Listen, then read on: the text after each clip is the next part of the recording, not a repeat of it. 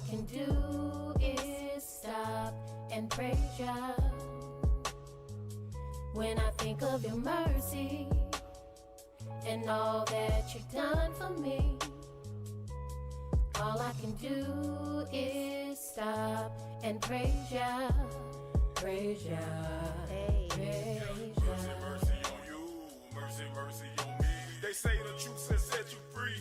See prophecy been fulfilled for real. Now what the deal? We giving praise to the God of Israel, cause it's real out here.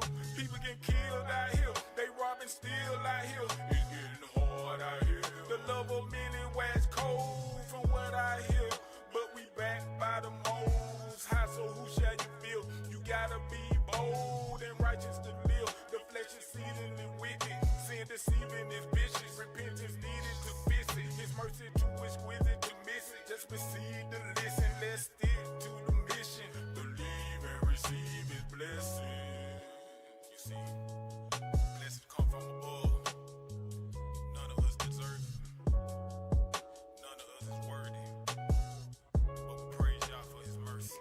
When I think of your mercy and all that you've done for me, hey, all I can do is stop and praise ya. When I think of your mercy and all that you've done for me, all I can do is stop and praise ya, praise ya, praise ya.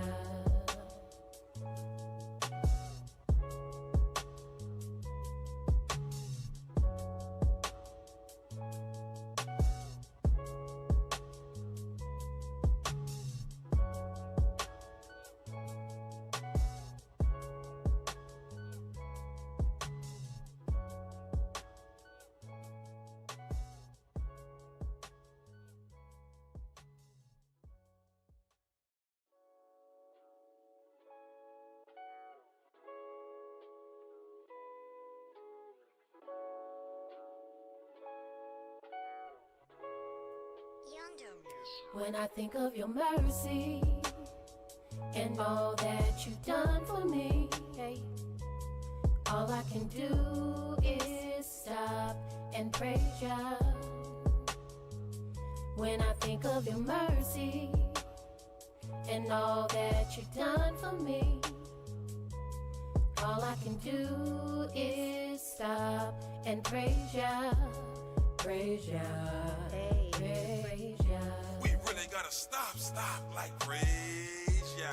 Stop and praise the ancient of days. Teary-eyed and with a smiling face, the praise you gave was already ordained. Stop and praise for keeping you in your lane. Give a praise for breaking off them chains. Before you let somebody steal your praise, think about the spirit in which they came. Think about the energy they gave. Is it worth it? Nope, never no way. Kingdom we broke into a praise dance. I praise y'all for D4 hug daps. Praise Yahweh for the congregation, and I praise him for the angels, the elders, and all their dedication.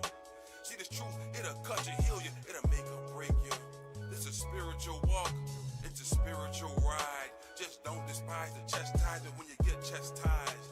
You a son, not a bastard, right? You gon' get chastised. It's a spiritual ride, just vibe. Yeah, just vibe. We gon' ride.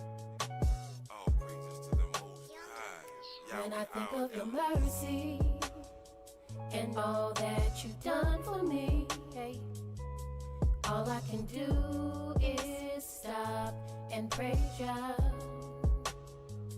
When I think of your mercy and all that you've done for me, all I can do is stop and praise ya, praise ya, praise ya. Mercy, mercy on you, mercy, mercy on me.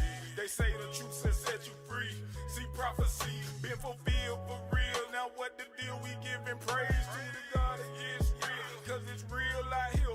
People get killed out here. They robbing still out here. It's getting hard out here. The love of many wax cold from what I hear.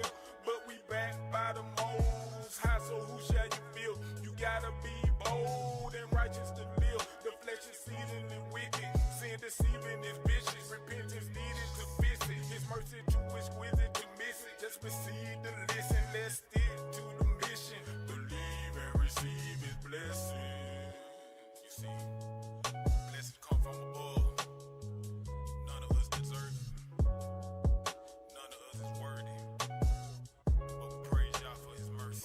When I think of your mercy and all that you've done for me, hey, all I can do is stop and praise ya. When I think of your mercy and all that you've done for me, all I can do is stop and praise ya, praise ya, hey, praise ya.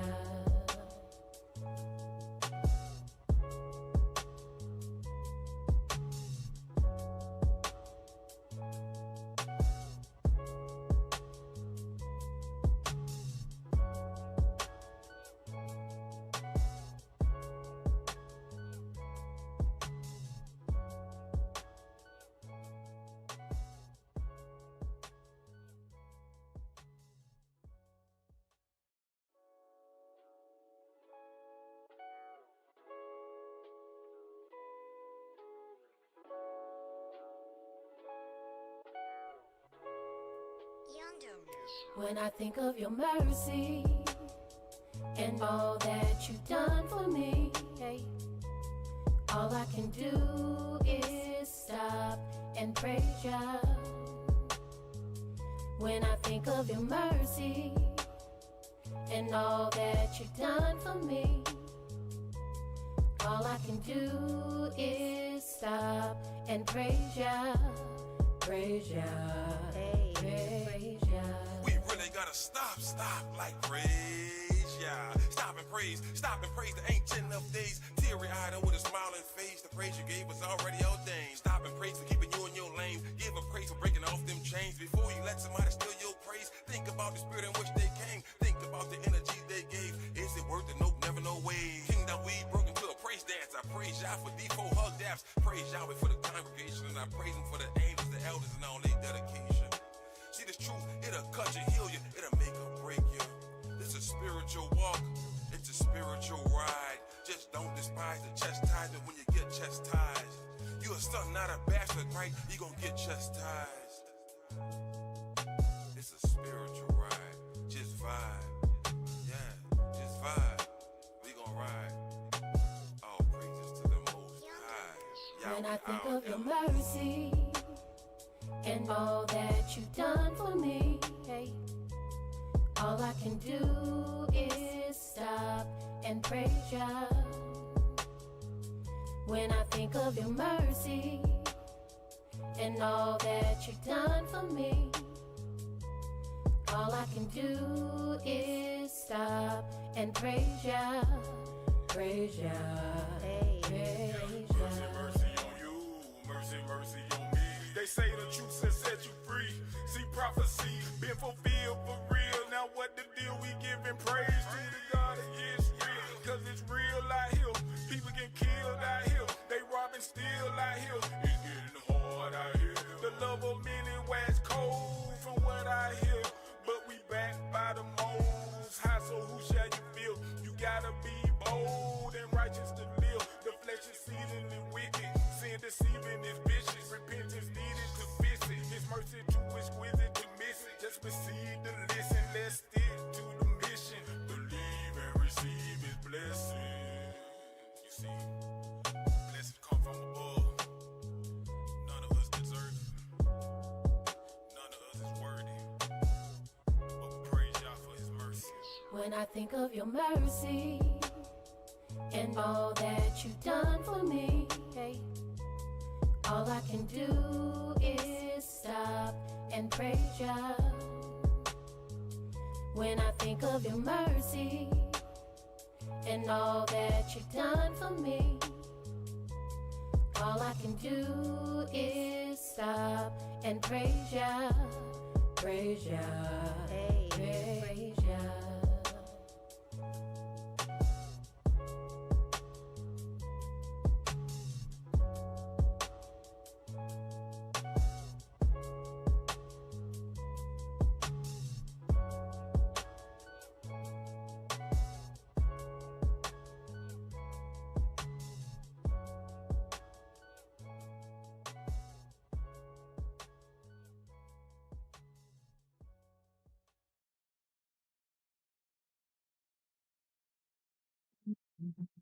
Shalom Facebook, Shalom YouTube. Welcome to our prophecy class. Today we're in the book of Isaiah, chapter 66. But does anyone have any questions before we get started? No? Yes? Oh, I don't have any. You don't have any? I'm surprised. We asked that question yesterday. Okay. All right. Anybody here from Brother Bless? I was on TV.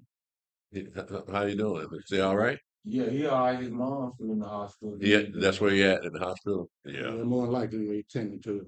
Yeah, okay. Well, She was in ICU. Mm-hmm. oh, really? Yeah, that's pretty bad right there, man. All right. Well, hope she gets better. Because I believe they really a close relationship there. Yeah. All right, then. Well, let's go ahead and get started. Again, we're in Isaiah chapter 66, the last book of the book of Isaiah. We're going to wrap this up today. But this last book says a whole lot. Really, Isaiah says a whole lot about the future. And we're going to wrap this up here today. It's always the main subject is the children of Israel. And Isaiah's prophesying to them. Go ahead, Brother Stephen. Isaiah chapter 66, verse 1. Thus saith Yahweh, the heaven is my throne, and the earth is my footstool. Where is the house that you build unto me, and where is the place of my rest? Now, this is one of the things I like about Yahweh. Show you how grand and immense he is when he says, the heaven is my throne. Yeah. How huge is that? And he can claim that the heaven is his throne. He sits on heaven. And the earth is my footstool.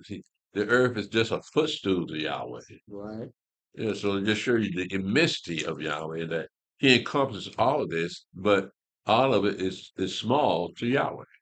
That's how he looks at his own creation. Go ahead, Brother Pepper. Isaiah chapter 66, verse 1. Thus saith Yahweh, the heaven is my throne, and the earth is my footstool. Where is the house that you build unto me, and where is the place of my rest? For all those things have mine hand made, and all those things have been, saith Yahweh. But to this man will I look, even to him that is poor and of a contrite spirit, and trembleth at my word. Now, look at what he's saying again. He says in verse 1, thus saith Yahweh, the heaven is my throne, and the earth is my footstool. Where is the house that you build unto me? And where is the place of my rest? For all those things have mine hand made, and all those things have been, saith Yahweh. But to this man will I look, even to him that is poor and of a contrite spirit, and trembleth at my word. So those people that have that kind of mindset, that's where Yahweh dwells. That's his house. Because you know you're a simple person, and you seeking redemption, and Yahweh said, I'll dwell with this person here. I'll give you everything I want to have. But where is my house? His house is in your heart. You see what I'm saying? Temple, okay. Go ahead, brother. I got you. Mm-hmm. Isaiah chapter 66, verse 3. He that killeth an ox is as if he slew a man. He that sacrifices a lamb as if he cut off a dog's neck. He that offereth an oblation as if he offered swine's blood. He that burneth incense as if he blessed an idol. Yea, they have chosen their own ways, and their soul delighteth in their abominations. I also will choose their delusions, and will bring their fears upon them. Because when I called, none did answer. When I spake, they did not hear.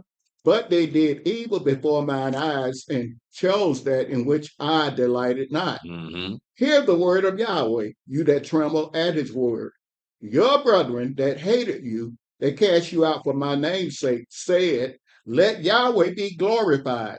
But he shall appear to your joy, and they shall be ashamed. Now, who are the brethren that did this? It says, hear the word of Yahweh, you that tremble at his word, your brethren that hated you, that cast you out for my name's sake, said, let Yahweh be glorified, but he shall appear to your joy, and they shall be ashamed. Who are these brethren Mhm. that hated us? Esau. Come on, somebody say something. Esau. Oh, Esau. yeah. I know y'all know. I wasn't gonna say nothing. I know you want to say You it. think that she, oh, Huh? she was, I thought she was okay. Yeah, she's not- she would have said it, but she gone. Where's she at? On the phone. Oh, okay. Break. That's on the phone. Well, go ahead, Stephen. Isaiah chapter 66, verse 6. A voice of noise from the city, a voice from the temple, a voice of Yahweh that rendereth recompense to his enemies. Before she travailed, she brought forth. Before her pain came, she was delivered of a man child. You understand what that verse is saying? Mm-hmm. Is that Levi? It is. I think that is Levi. Mm-hmm. They look like his wife's car. They got so many cars. Last time I Yeah, saw, she boy. was in a white car now. I thought Zach had cars. He got Him and Walt. Walt, Zach. So we understand what verse 7. Well, I tell you what, let me come back to that because I want to see if Levi knows what this is saying. Levi. Levi. Oh, when it came, Yeah, verse 7. a woman travailing, yeah, he all know about that. We'll see. He didn't get what I was saying. I mean, sometimes, well, for instance, people watching us now, they may not have heard what that means. But it said, before she travailed, she brought forth. Before her pain You came. walked in with a question, Levi. Yeah. Shalom, Levi. How you doing, man? Shalom, bro. Yeah. Get your book out. Yes, sir. Yeah. We were just asking the question, D, about Isaiah 66 Uh-huh. and verse 7. Why don't you pull that up and see what it says?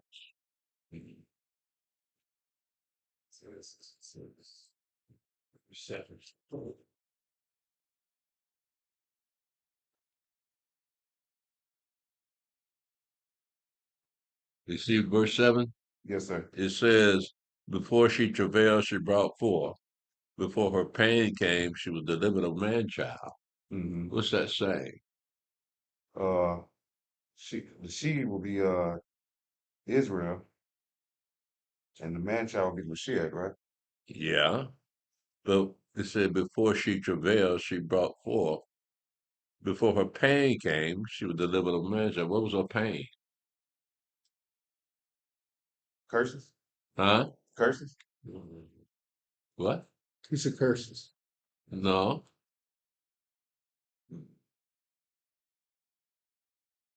Okay. Okay, now we know it said before she travailed, she brought forth. Right? So travail means painfulness. Mm-hmm. Right? Before her pain came, she was delivered of a man child. Let's see. Oh, Mashiach came. They was in captivity. So when did her pain come? The man child already brought forth, right? Mm-hmm. Right? It said before her pain came, she brought forth, right? Mm-hmm. So what happened after she brought forth? What was that pain? Was that the Roman Mm. Roman What now? Roman Empire? Mm-hmm. Well, yeah, well, the destruction of Jerusalem. Mm-hmm. Okay. Right. Yeah. So the Messiah was born before Jerusalem was destroyed. Right, right. Right. Go ahead, Brother Stephen. Isaiah chapter 66, verse 8. Who have heard such a thing? Who have seen such things? Shall the earth be made to bring forth in one day? Or shall a nation be born at once? For as soon as Zion travailed, she brought forth her children. Shall I bring to the birth and not cause to bring forth? Saith Yahweh. Shall I cause to bring forth and shut the womb? Saith thy Elohim. So in both these verses here, in verse 8, it says, who have heard such a thing, who have seen such thing? Shall the earth be made to bring forth in one day? Or shall a nation be born at once? For as soon as Zion travailed, she brought forth her children. Shall I bring to the birth and not cause to bring forth? Saith Yahweh. Shall I cause to bring forth and shut the womb? Saith thy Elohim. So what this is saying is that Israel will be delivered.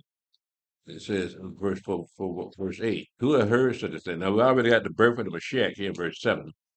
It says, who have heard such a thing, who have seen such things, shall the earth be made to bring forth in one day. So that would be all the rest of the tribes of Israel. Or shall a nation be born at once? For as soon as Zion travailed, she brought forth her children. So what was the travail of Zion? For as soon as as soon as she travailed, right, she brought forth her children. That would be the great tribulation, wouldn't it? Right. Shall I bring to the birth and not cause to bring forth? Saith Yahweh, should I cause to bring forth and shut the womb? He's not going to shut the womb because you got so many people that have got to come back, so he can't shut the womb. We're talking about all 12 tribes here. So he's going to bring forth his people from wherever he scattered them, and he's going to bring them back into the land. Go ahead, Brother Seven. Isaiah chapter 66, verse 10. Rejoice you with Jerusalem and be glad with her, all you that love her. Rejoice with joy with her, all ye that mourn for her, that you may suck and be satisfied with the breasts of her consolations, that you may milk out and be delighted with the abundance of her glory. For thus saith Yahweh, behold, I will extend peace to her like a river, and the glory of the Gentiles like a flowing stream. Then shall you suck, you shall be born upon her sides, and be dandled upon her knees. So that's just saying the nation's going to take care. Right? You ain't got to worry about a thing no more, right? You're going to be the head, and they're going to be the tail, and they're going to like it. Go ahead, man. Isaiah chapter 66, verse 13. As one whom his mother comforted, so will I comfort you, and you shall be comforted in Jerusalem. And when you see this, your heart shall rejoice, and your bones shall flourish like an herb. And the hand of Yahweh shall be known toward his servants, and his indignation toward his enemies. For behold, Yahweh will come with fire, and with his chariots like a whirlwind, to render his anger with fury, and his rebuke with flames of fire. For by fire and by his sword will Yahweh plead with all flesh, and the slain of Yahweh shall be many. So we're looking at the whole world engulfed in warfare. So that'll include the one world government that they're trying to put together even now. But it's couched in words that the average, even Christian, cannot understand what he's saying here. That's why they don't even go into the prophecies out here, especially Isaiah. Isaiah is speaking in terms of agricultural terms. And Christianity is not geared to agriculture. It's geared to uh, going off to heaven and going and be with the Lord. But it says here, when you see this, your verse 15. I'm sorry. For behold, Yahweh will come with fire, with his chariots like a whirlwind, to render his anger with fury and his rebuke with flames of fire. That'll be the Mashiach showing up. But by fire and by his sword will Yahweh plead with all flesh, and the slain of Yahweh shall be many. So you go back in Jeremiah 25, it's saying the same thing. The slain of Yahweh shall be from one end of the earth to the other. So this is a great destruction Yahweh bringing upon the earth because of the wickedness that's in it. And so with everything destroyed, that means you got to start all over again. You want to say something? Yeah. So will this be in 15? Like you say, with the Mashiach coming back, y'all we'll be in the land. Yeah. We got to be in the land for him to come back. Right. Right. Right. Uh, but what about the Great Tribulation? That's before. That's while we're in the wilderness, right? What's that now? The Great Tribulation. That'll be in the 3.5 years of Great Tribulation. So Verse 8. mhm, Yeah, that'll be the Great Tribulation. okay, Yeah, just trying to get my because time. that's again that would be the one world order where you got to take the name, number, and mark of the beast, Right, and the children of Israel are not going to take that name, number, mark. That would be the 9 tribes, right? right. Because at that time we'll be still in the wilderness Hmm. while they're going through that Great Tribulation, and they got Oh, to be. They're going to be hunted down and killed because they refuse to worship that man as a god. hmm, right. Hmm. Okay. And when Mashiach show up, And after he's three and a going. half years, Uh-huh. we got a timeline that is not definite between it when we go take the kingdom back and Hmm. when the Mashiach shows up. We don't Right. have a timeline for that. But that's going to be a war. That's going to be a fighting Hmm.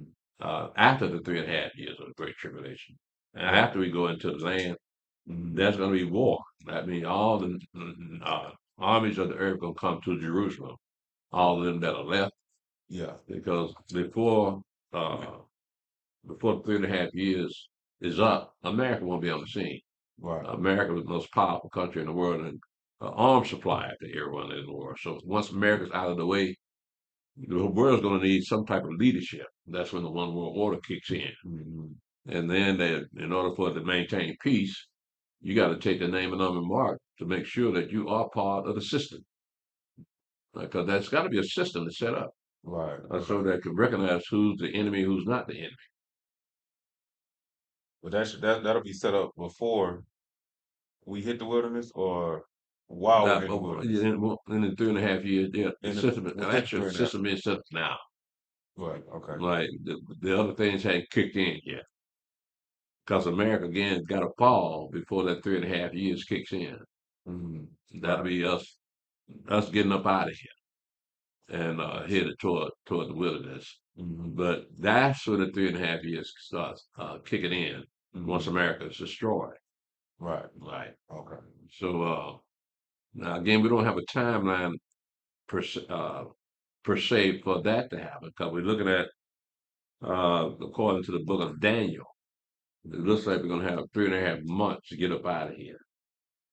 Right now, once we get up out of here, that's when we go back and got to go through Africa to get to the wilderness. Now, the mechanism behind that, I don't know. How is going to transpire?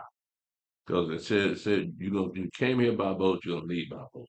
Hmm. It just so happened Georgia's on East Coast. Hmm. We got a harbor down there, the Savannah, Right. right? So they can handle all them big ships. 'Cause then they dig a little bit deeper. Yeah, they can handle a bunch of ships out there now. So we're looking at it. That's an option for us to get up out of here. Now, who's going to set it up? I don't know, but we know Yahweh's going to have it prepared for us to get up out of here. Right. And so once we get up out of here and get on those boats, that's when we're going back to where we came from, right? Right. But when America falls, it's going to cause a tsunami all over the world Hmm. because it's going to fall suddenly, right? Hmm. So that's why the scripture's telling y'all need to leave now. The white folks are leaving. A lot of folks are leaving America now because they see something get ready to go down. Because you're looking at turmoil in the street. You got people making threats against other people. I mean, it's white folks. The what they call the liberal white folks making threats against the conservative. Right. Now, where is that coming from? So you want to kill your own people because they got a different view than you? So that's how far they've gone down that cliff.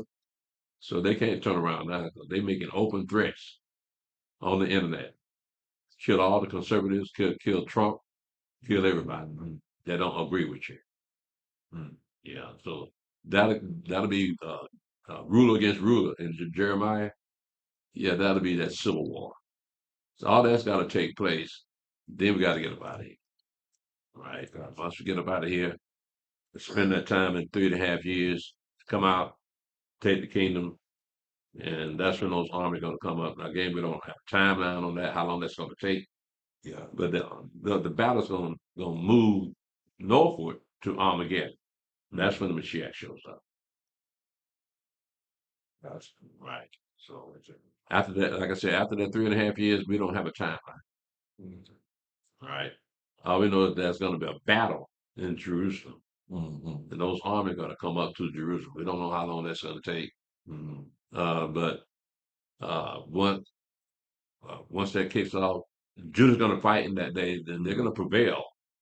But those armies are going to move to Armageddon, then that'll be the last of that.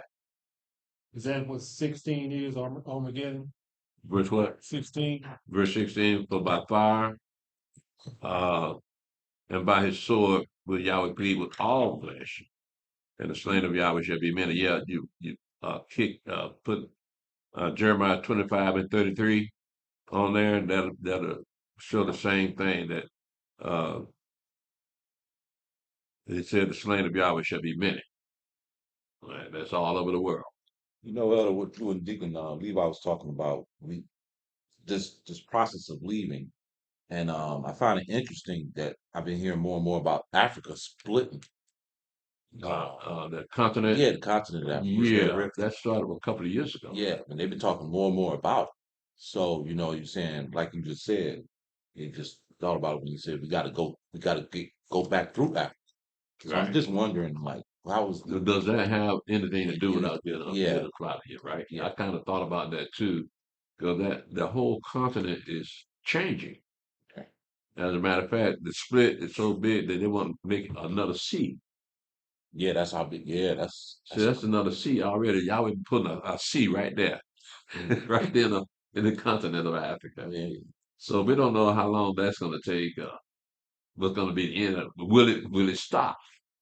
Will it continue or will it stop at some point? So that where we came in at was a door of no return, right?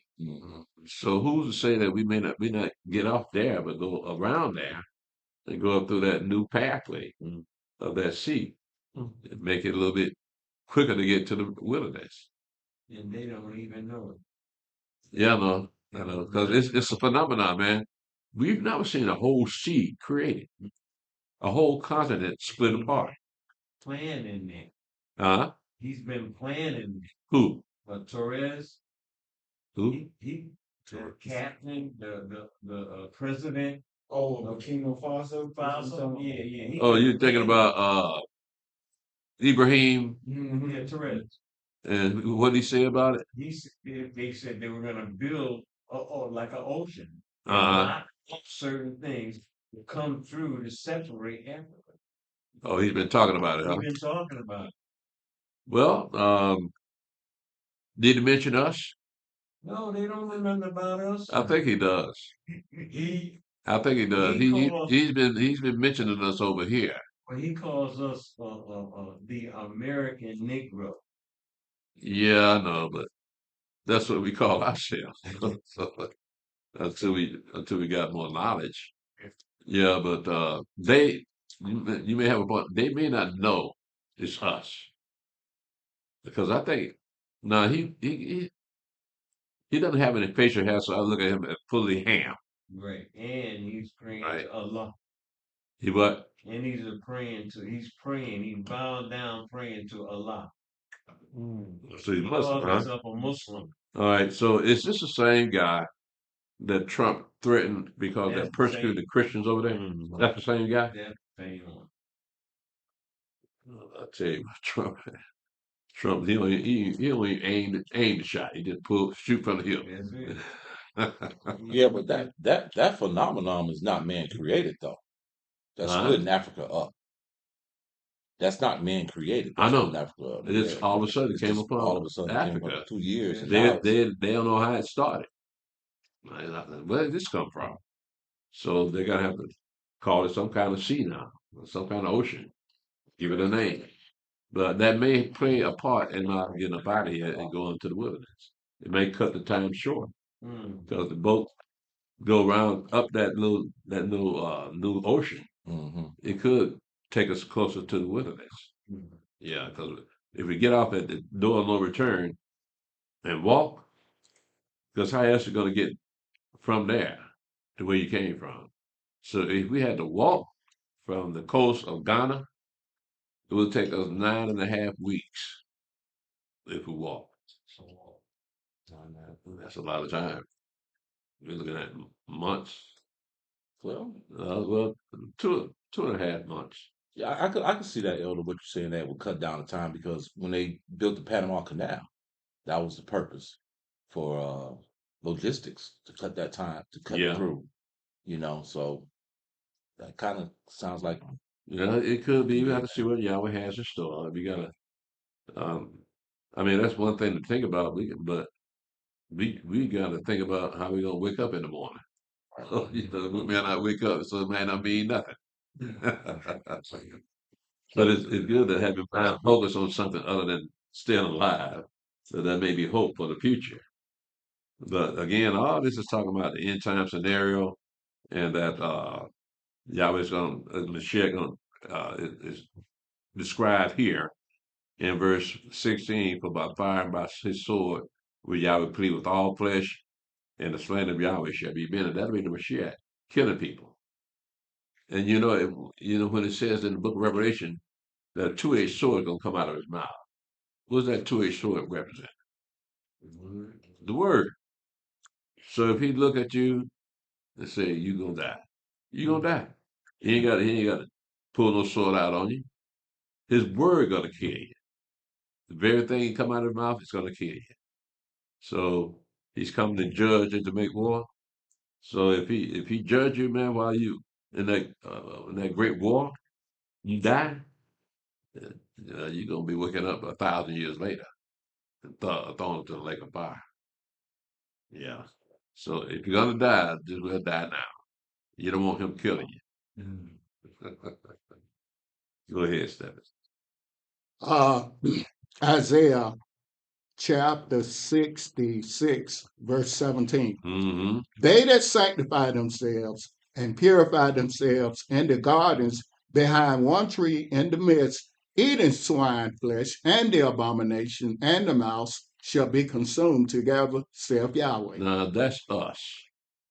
It's talking about us. Now he went from the whole world. Now he's talking about I'm gonna judge you for what you're doing. You're eating swine's flesh and the abomination. Now apparently our father will eat mice too, and shall be consumed together, saith Yahweh. Go ahead, brother Stephen. Isaiah chapter 66, verse 18. For I know their works and their thoughts. It shall come that I will gather all nations and tongues, and they shall come and see my glory. Mm-hmm. And I will set a sign among them, and I will send those that escape of them unto the nations, to Spain, Africa, that draw the bow to Russia and Greece, to the isles afar off, that have not heard my fame, neither have seen my glory, and they shall declare my glory among the Gentiles. And they shall bring all your brethren for an offering unto Yahweh out of all nations upon horses and in chariots and in litters and upon mules and upon swift beasts to my holy mountain, Jerusalem, saith Yahweh, as the children of Israel bring an offering in a clean vessel into the house of Yahweh. So they're gonna get all y'all out of that country. If you're in somebody else's country, they gonna make you get up out of there. Get out of here, go back to your land. You don't belong here. Yeah, man. Is that referring to the last few verses of Zechariah 8? Zechariah chapter 8. What we just read here, Yes, sir. not at that time. Right here, this is just a regathering. Zechariah 8, is those last two verses. Zechariah 8 is when you're already established and the world recognize who you are now. They want to come around you more. Right? Go ahead, brother Stephen. Isaiah chapter 66, verse 21.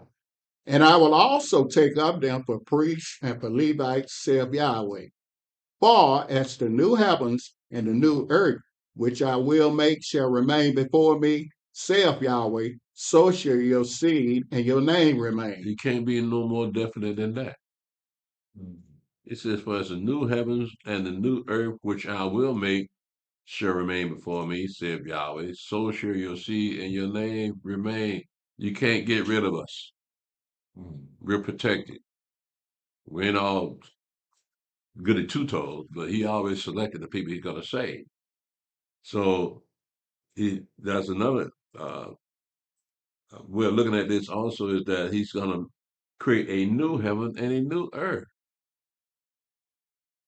Why don't we hear Christians talking about that new heaven and new earth? You ever heard a Christian talk about new heaven and new earth? No. No. But you got it both what they call the Old Testament and the New Testament, which means they don't read. But they couldn't explain this anyway. Because see, when it says a new heaven and new earth, that means when they die to go to heaven, they don't know which heaven they're going to. With the new heaven or the old heaven? Question. I don't know. I'm gonna ask him that one. Yeah. Which heaven you going to? The problem is, I think, like it's been said, those Gentiles have been in this book, man, they don't see nothing about them in these prophets. Right. And so they kind of brush that off. It's just like, I was thinking about it last night. They say the children of Israel have been absorbed in the other nations. Right. Well, what you going to do with those Jews? The Jews are part of the children of Israel. Show you how ignorant people are. Because even Elder Yaakov said a long time ago, he said, I couldn't hook up the Jews with children of Israel when he was a young man. And somebody had to show him they was actually Jacob's fourth son. It was Judah. Mm-hmm. So if they've been absorbed, well, Esau shouldn't be a people then. Right. See, I mean, so they slick, like you say, they slick with this thing, man. They know ain't nothing about them back here. And most of these prophets are telling you're gonna have to succumb to people you've been beating up. You don't want to hear that. Yeah. I think the Gentiles starting to wake up to the fact that they can't be the Jews. Right. I think they even admitted themselves that we're just secular Jews. Mm-hmm. What the hell is a secular Jew? A non-religious Jew. Right. Well, what's a religious Jew? You see what I'm saying? They throw them terms out there that obfuscate the truth, and that this is not a religious book; it's a history book. But they're not part of it. So what do? They put a religion on it and say, well, this is Christianity or this is Judaism. But that takes away from the reading of the prophets, the law and the prophets. Because you can't find religion in the law. You can't find religion in the prophets. But that's what they put on that. That's Judaism. They say that the Ten Commandments is Judaism. They said that Abraham was the father of Judaism. How the hell is that going to happen? Because Abraham was before Judah. Right. So how could he start Judaism? You gonna say something? Yeah, I was gonna ask you, and they called all three of them religions Abrahamic religion. Yeah, that's right. I was gonna say Where that. you get that from? It's just terminology they use to justify their religion. They want to say that all our religions come from the Bible. Okay. That's what Abraham is. It ain't nowhere else mentioned more prominently than in the Bible. So they lay claim to Abraham as their father. That Ishmael and Abraham built the Kaaba, right? Well, again, they're trying to justify their existence by claiming their linkage to Abraham. And so the same thing with the Christians, and same thing with the people who practice Judaism. Christians want to claim Abraham as their father because of faith, and then then they say Abraham is father of Judaism. So they all want to tie themselves to our book. So you can imagine it's hard for anybody, a religious person, to read this book because their mind is already shut down because of religion, right? So they can't read it with an open mind and say, well, that's not what I'm being taught. Now, I'm being taught religion. I can't find one Christian yet that can read this book. So Yahweh choose who he wants to read this book.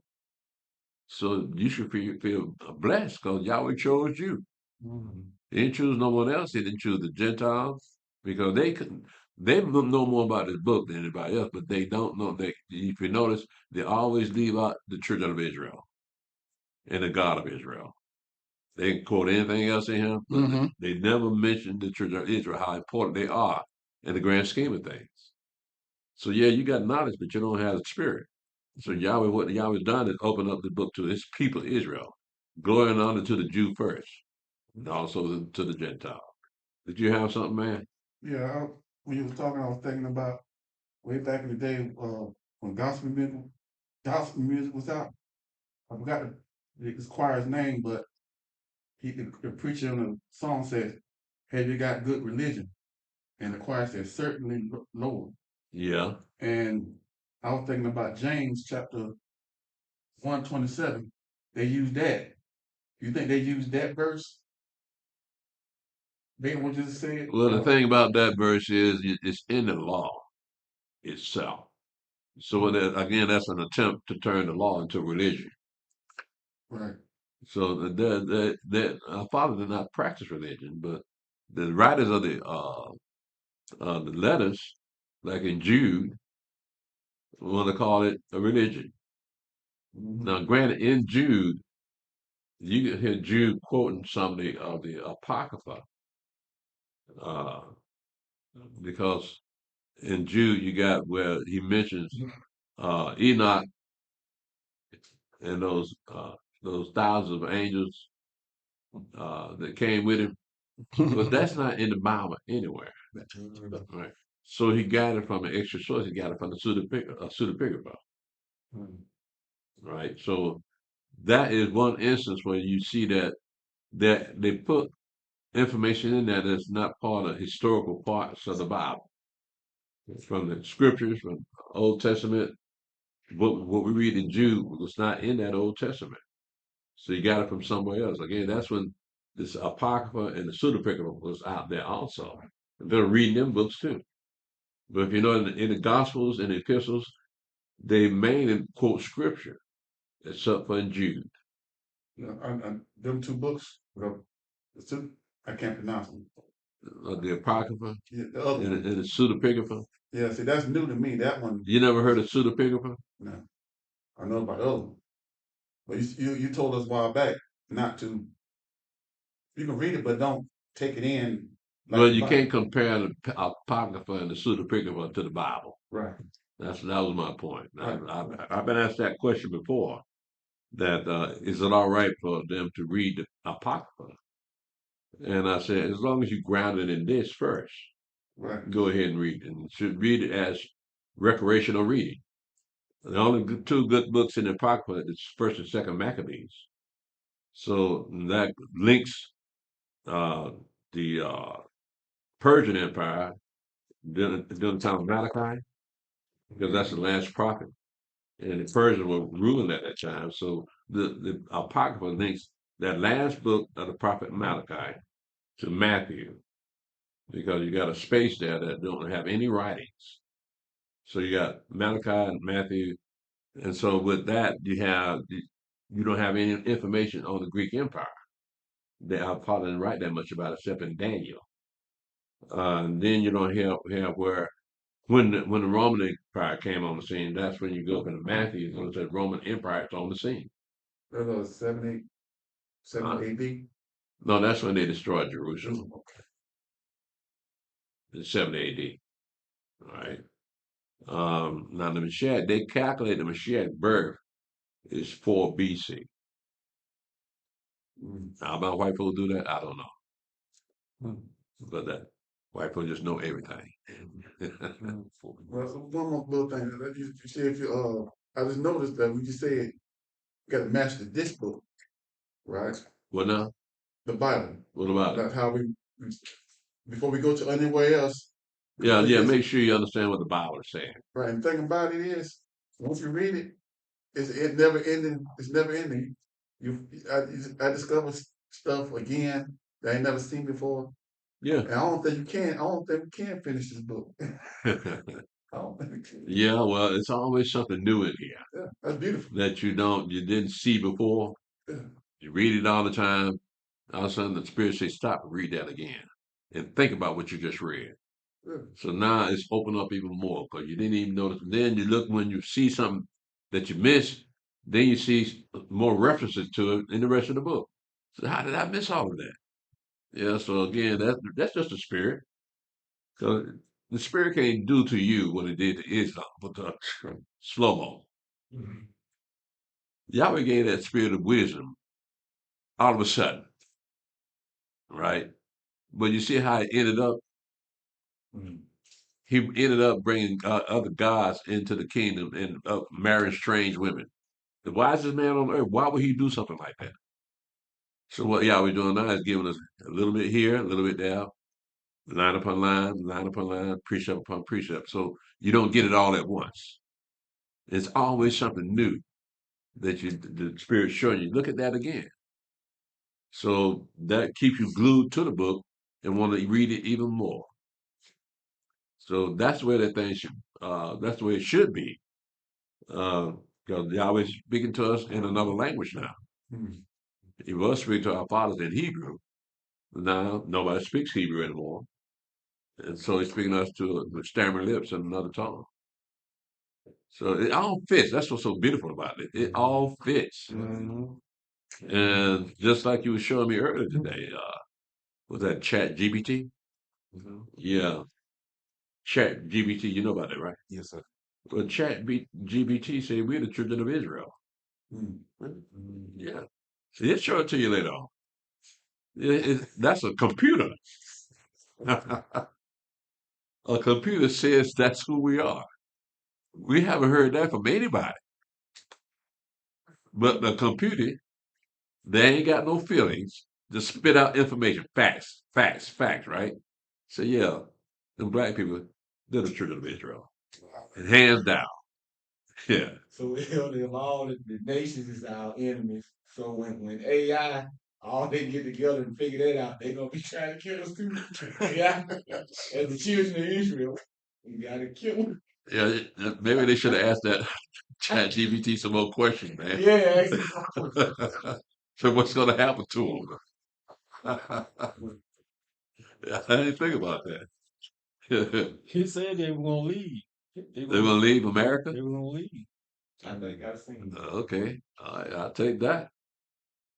With the house of Judah being the ones that go into the wilderness, are they gonna be drawn out together like the ones in Brazil and you got them up in Canada?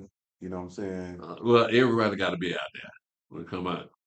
Uh, Judah, that's over here in America, Hmm. South America, and even in Africa itself.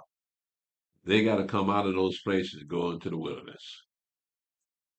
Now, imagine the most destruction would be uh, from the people here in America, the black people here in America. That's where most of your destruction going to come from because they are loose and out of control. They don't have any self control, and so you see how they do when they get mad at you. Right. They kill you. Like my brother's wife's daughter fighting over grill, right? And she lose her life. Them kind of people ain't gonna make it. They're the ones gonna die out there with her. Right now, whoever shot that sister, she's a murderer now. And you know what a judgment of murder is?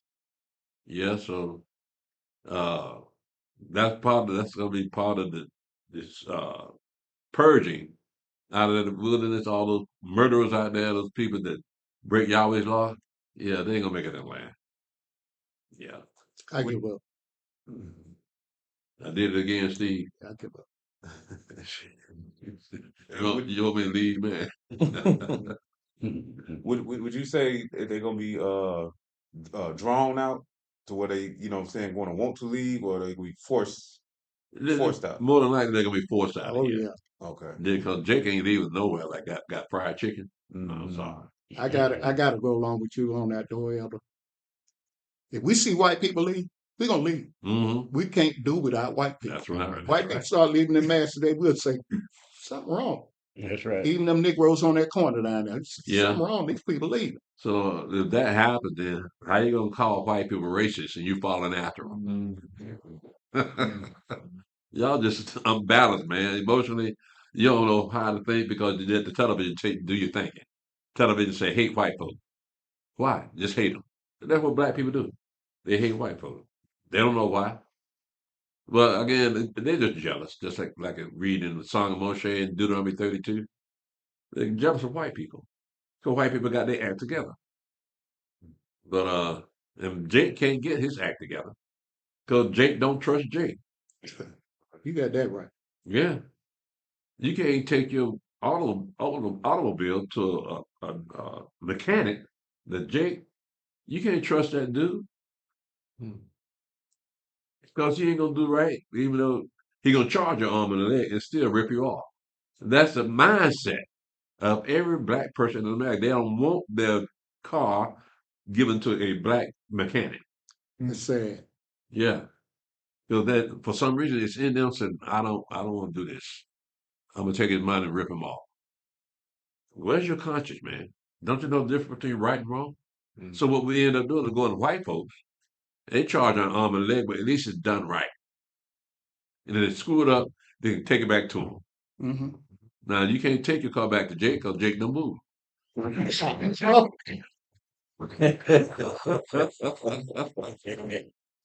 Can't find no Skip time. You picked your car up yesterday. Last night. Phone off, everything. Yeah, that I learned, bro, from that Toyota I had. Now I'm supposed to be out of debt right now. My car should have been paid for. And I on advice somebody in this camp. Went to a guy, they didn't fix it.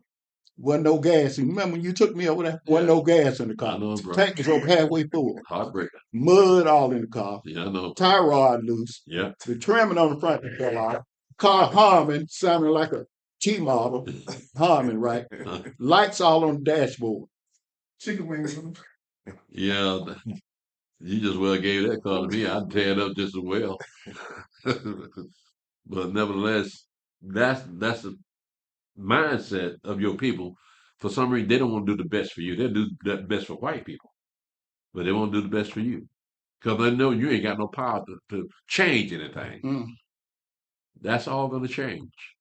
Yeah, this time, Yahweh going to bring out the best of his people, spiritually the best, and thinking logically, the common sense. That would be the best of the Yahweh's people. People are going to want to come to us for advice. Like we always go to them for advice. They're going to come to us for advice. And so the whole thing's going to change up. They're going to say, we can depend on these people here. But right now, you can't depend on black people. Black people say, we need to come together. You're not going to come together. No, you ain't going to come together. They got a governor's race up in either Virginia or New Jersey. Yeah. Where the black woman running for, was it governor? Virginia. Huh? Virginia. That little small black lady, real sharp. I've never seen her. I've seen I pictures know of her. what you're talking about. She's a little short woman. Yeah, real. I think she's Haitian too. She's real smart. She's conservative. Yeah. Yeah. Well, that's the problem, isn't it? Yeah. Because she's up there with people that are liberals. And they're going to a white woman. NAACP is supporting a white woman against a black woman. What good is NAACP? All because she's conservative. That's right. Because she's running on a conservative platform. Right. And she's sharp too. Right. Sharp. Yeah. And she tore that white lady up in that debate. Yeah. But the white woman is in the lead. Yep. The most qualified woman there is a black woman. They won't support her. The black people won't even support her. Why? Because she's conservative. Because she's conservative. She can think for herself, and she's sharp as a tack. They ain't looking for that. No. They want somebody gonna sweet talk them. Mm-hmm. I heard she spoke out against reparations too. Yeah. So that's hell. They ain't even deal with her. They are so delusional. But she made a good argument for it though. Their money. Yeah. But her argument was, you can't.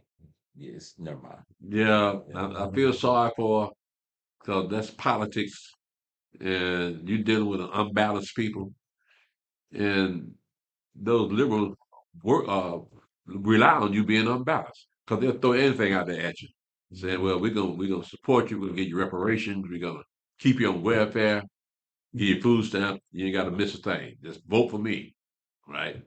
Well, the conservative woman said, "No, you got to get off your ass and go to work." They don't want that.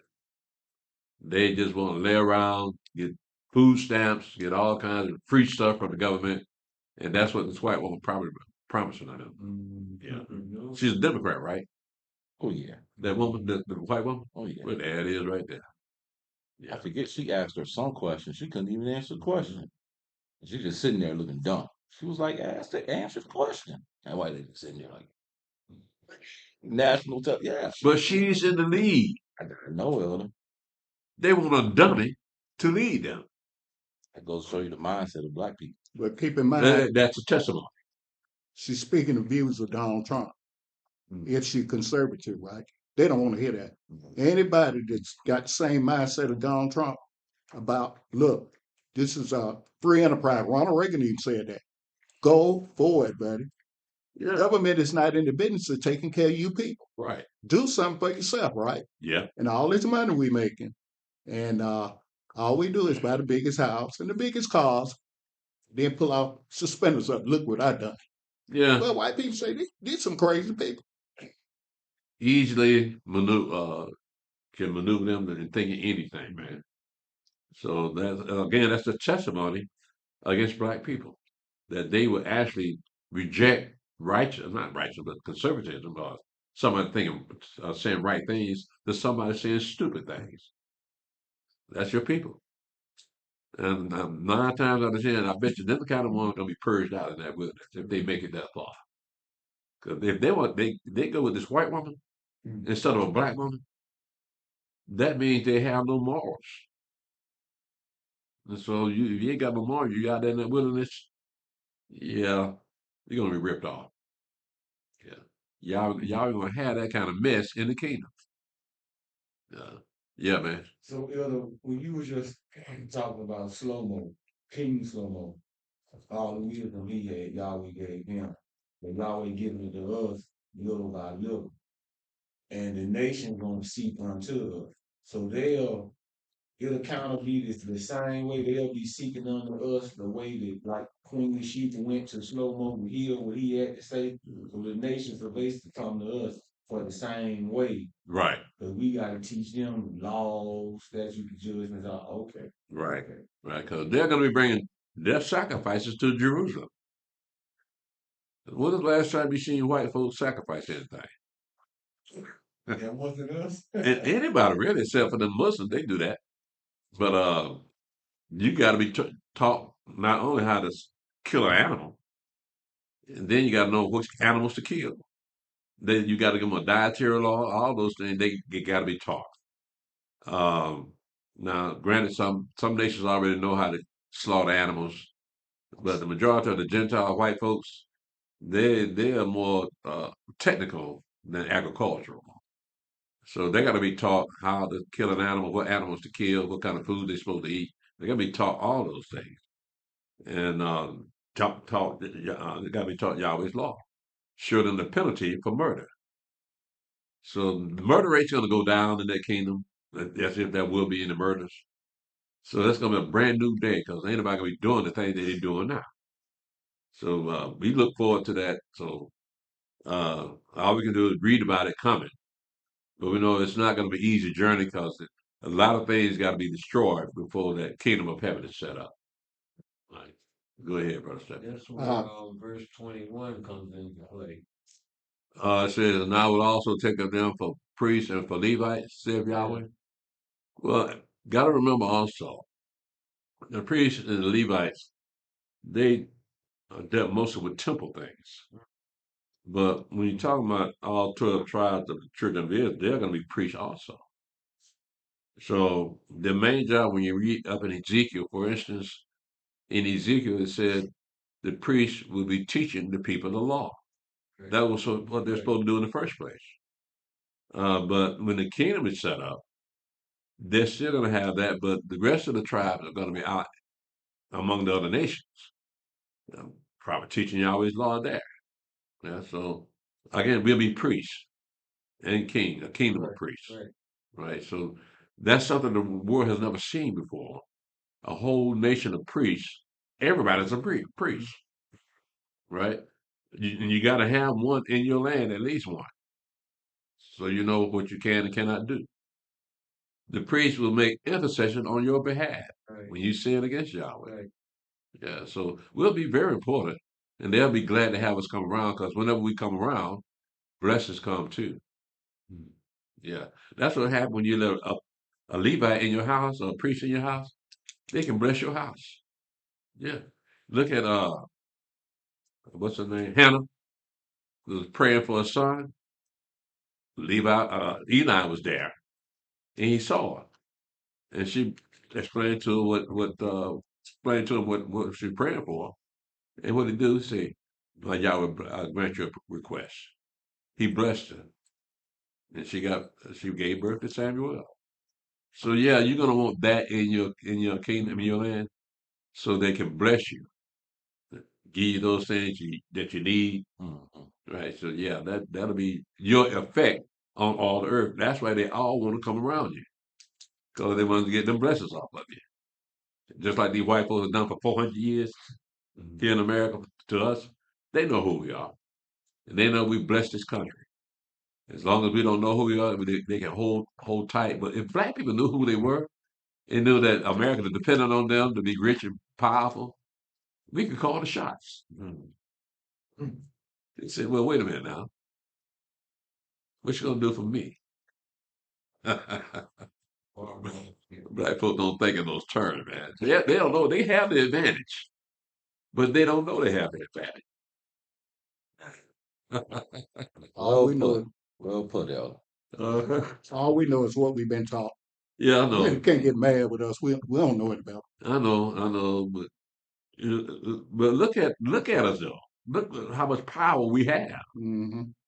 That people will get a blessing from us. They don't even have to work for it because we just show up. We've been here 400 years. Look at America, the most powerful country on earth. It's because you got the house of Judah up in here. So you get all these blessings. America get all these blessings because of us. They couldn't do this by themselves, but because they brought us over here, America been blessed for 400 years. And now she's about to lose her blessing. Because now the blessing is waking up, saying it's time to go. Yeah. So you can see the symptoms of it already because white folks are fighting against white folks now, right? Over little nothing. You got the Congress want to finance illegal aliens health care. You know that the country's falling. So who's forcing them to hold up Congress for releasing the money? Who's doing that? I mean, you got Schumer, yeah, you got the Democrats, but who's forcing them to do something that's stupid? Somebody's on the outside that you don't hear about that want to push an agenda that will destroy this country. Somebody like Soros and his buddies, Who? George Soros, them kind of people. Yeah, I was about to say, yeah. Yeah. Soros. Yeah. Yeah, he wants America destroyed. That's why they kicked him out of Hungary. So you can't come back here. That's right. Right. It's against the law for him to even show up there.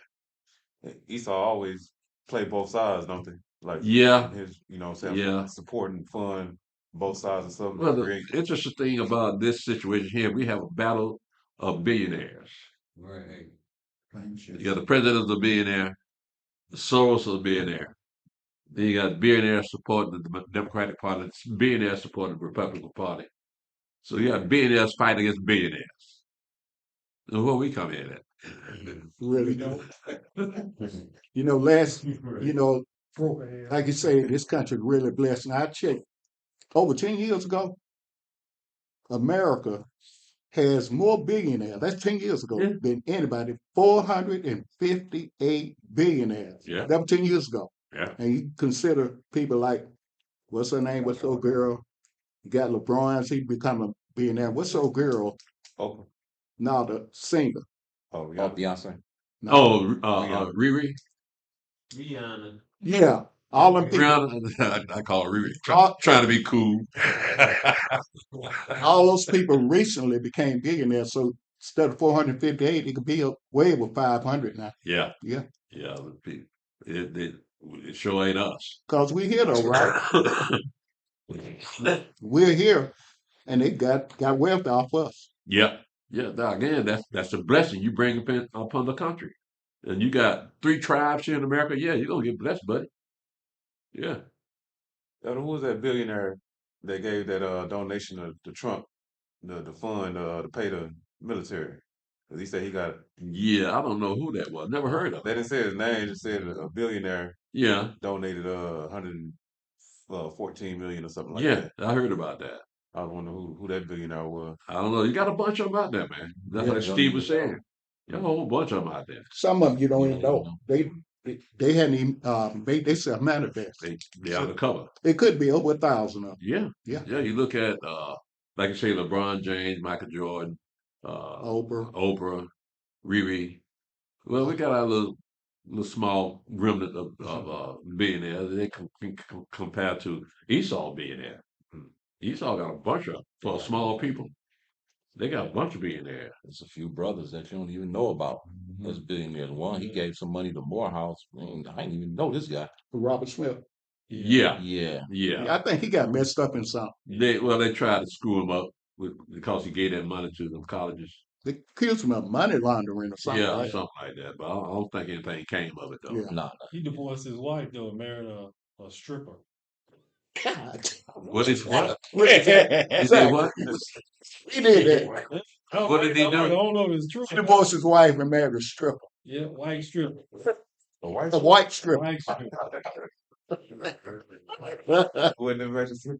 About the whole club white. The thing about that is, I remember years ago the man that won the lottery, and he was married to a white prostitute or something like that, and she had him killed. So you remember that? She had him killed so that she could take all his money. Yeah, man. She buried him under the back of the house on the concrete.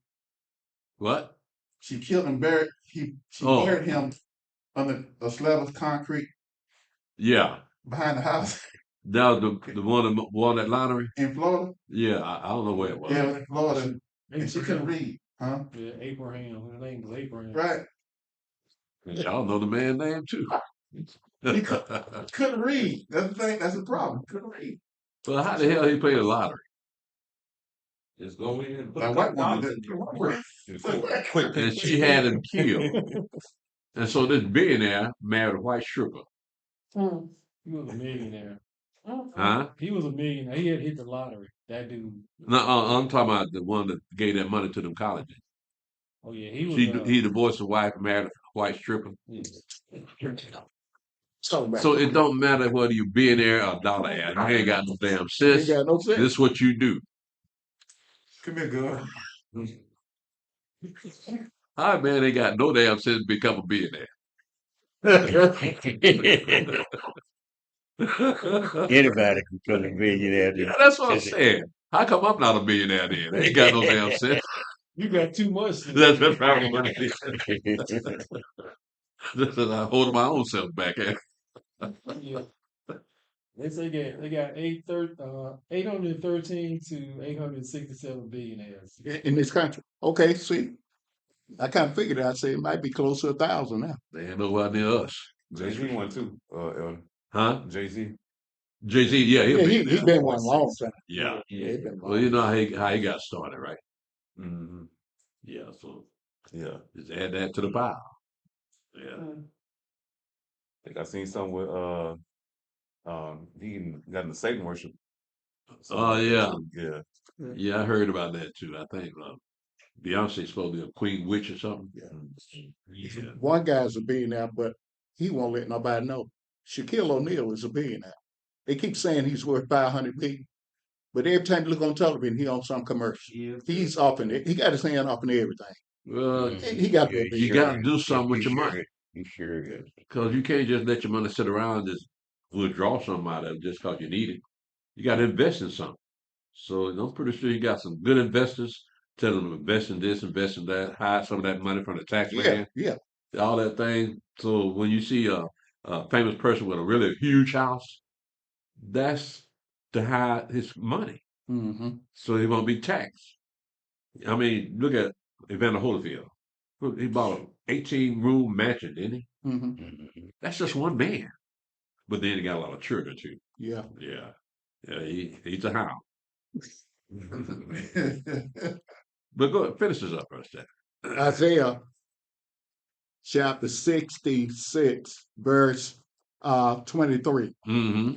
And it shall come to pass that from one new moon to another, and from one Sabbath to another, shall all flesh come to worship before me, saith Yahweh.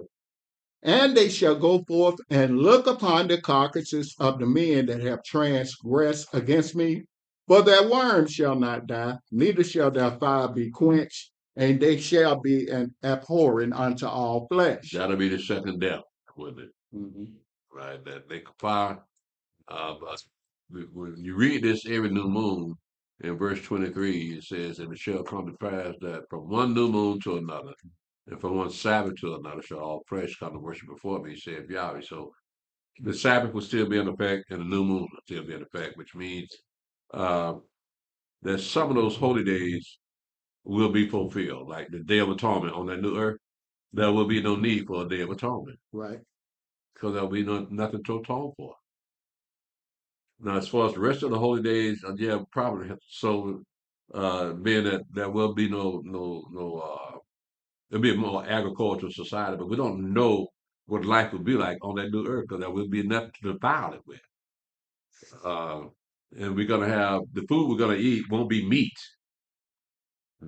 Yeah, we're gonna be eating from the tree of life, drinking water from the river of living waters. Mm-hmm. So that's a brand new start Mm. for Yahweh's creation. So our body's got to change because you can't be on that new earth having to go to the bathroom. Right. That's right. Right? Because you're defiling the earth. So that I imagine it'd be like when the angels ate Abraham's food and the angels ate Lot's food. They don't do it. It didn't do them any good. It didn't add nothing to them. They just ate them because uh, of the hospitality of Abraham and Lot. And they received that hospitality. But when angels eat food, they don't digest their food like we digest food because they ain't got no blood in them. And blood is part of the digestive system. The food adds minerals to your blood, whatever it is. But angels are not built like us. They're eternal beings. So food doesn't affect them, but yet still they ate. So I don't know.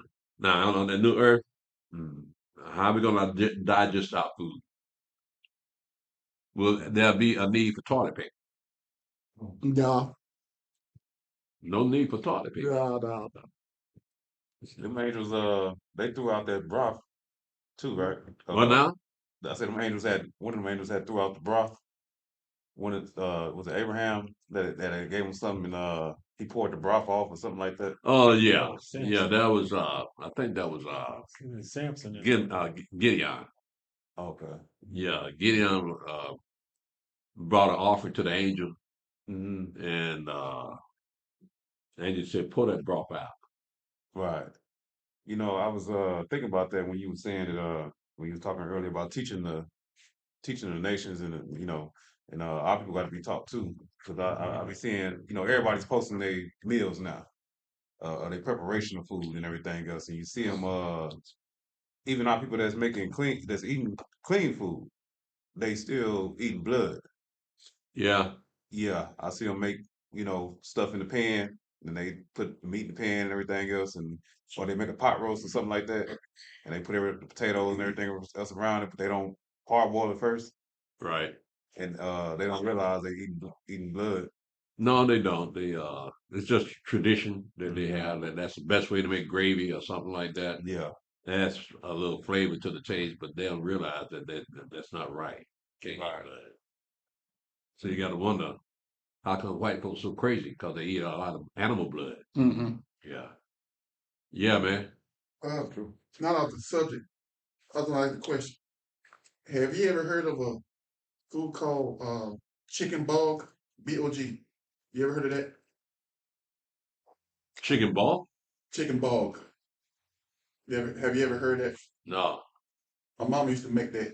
It's a big pot full of chicken in water, and she boiled it. And you see the blood and everything, right?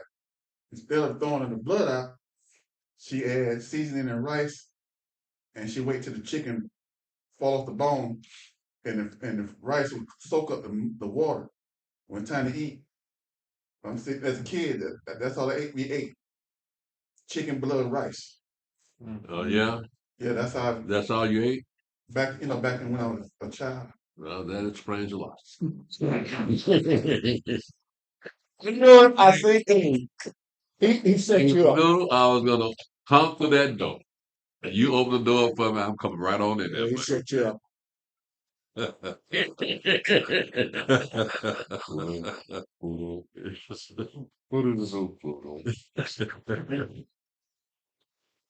But verse 24 talks about the lake of fire, though, right? Mm. So again, that will be the second death. But verse 24 again, it's more clarified when you read the other prophecy, especially in the Book of Revelation, when it talks about the lake of fire. But this is what it begins about those people that transgress against Yahweh. They're gonna be thrown in the lake of fire. Damn. Yeah. All right. Well, we finish up with Isaiah. Let's continue on. And Brother Stephen, now a lot of Jeremiah. We're going to the book of Jeremiah. So a lot of Jeremiah is historic. So we're going to be spending a lot of time, and I might be pointing out some verses in here we might want to consider. Like I always say, in Jeremiah chapter 1, Brother Stephen, pick this up at verse 1 to verse 10. Jeremiah chapter 1, verse 1. The words of Jeremiah, the son of Hilkiah, of the priests that were in Anathoth in the land of Benjamin, to whom the word of Yahweh came in the days of Josiah, the son of Ammon, king of Yehudah, in the 13th year of his reign. It came also in the days of Jehoiakim, the son of Josiah, king of Yehudah, unto the end of the 11th year of Zedekiah, the son of Josiah, king of Yehudah, unto the carrying away of Jerusalem captive in the 5th month. Then the word of Yahweh came unto me, saying, Before I formed thee in the belly, I knew thee. And before thou camest forth out of the womb, I sanctified thee, and I ordained thee a prophet unto the nations. Then said I, Adonai Elohim, behold, I cannot speak, for I am a child. But Yahweh said unto me, Say not, I am a child, for thou shalt go to all that I shall send thee, and whatsoever I command thee, thou shalt speak. Be not afraid of their faces, for I am with thee to deliver thee, saith Yahweh. Then the Adonai put forth his hand and touched my mouth, and Yahweh said unto me, Behold, I have put my words in thy mouth. See, I have this day set thee over the nations and over the kingdoms to root out and to pull down and to destroy and to throw down, to build and to plant. You notice the same scenario in Isaiah chapter 6. It says in uh, verse 9, he said, Then Yahweh put forth his hand and touched my mouth. And Yahweh said unto me, Behold, I have put my words in thy mouth, right? In Isaiah chapter 6, let's look at that. Same thing in Isaiah chapter 6, verse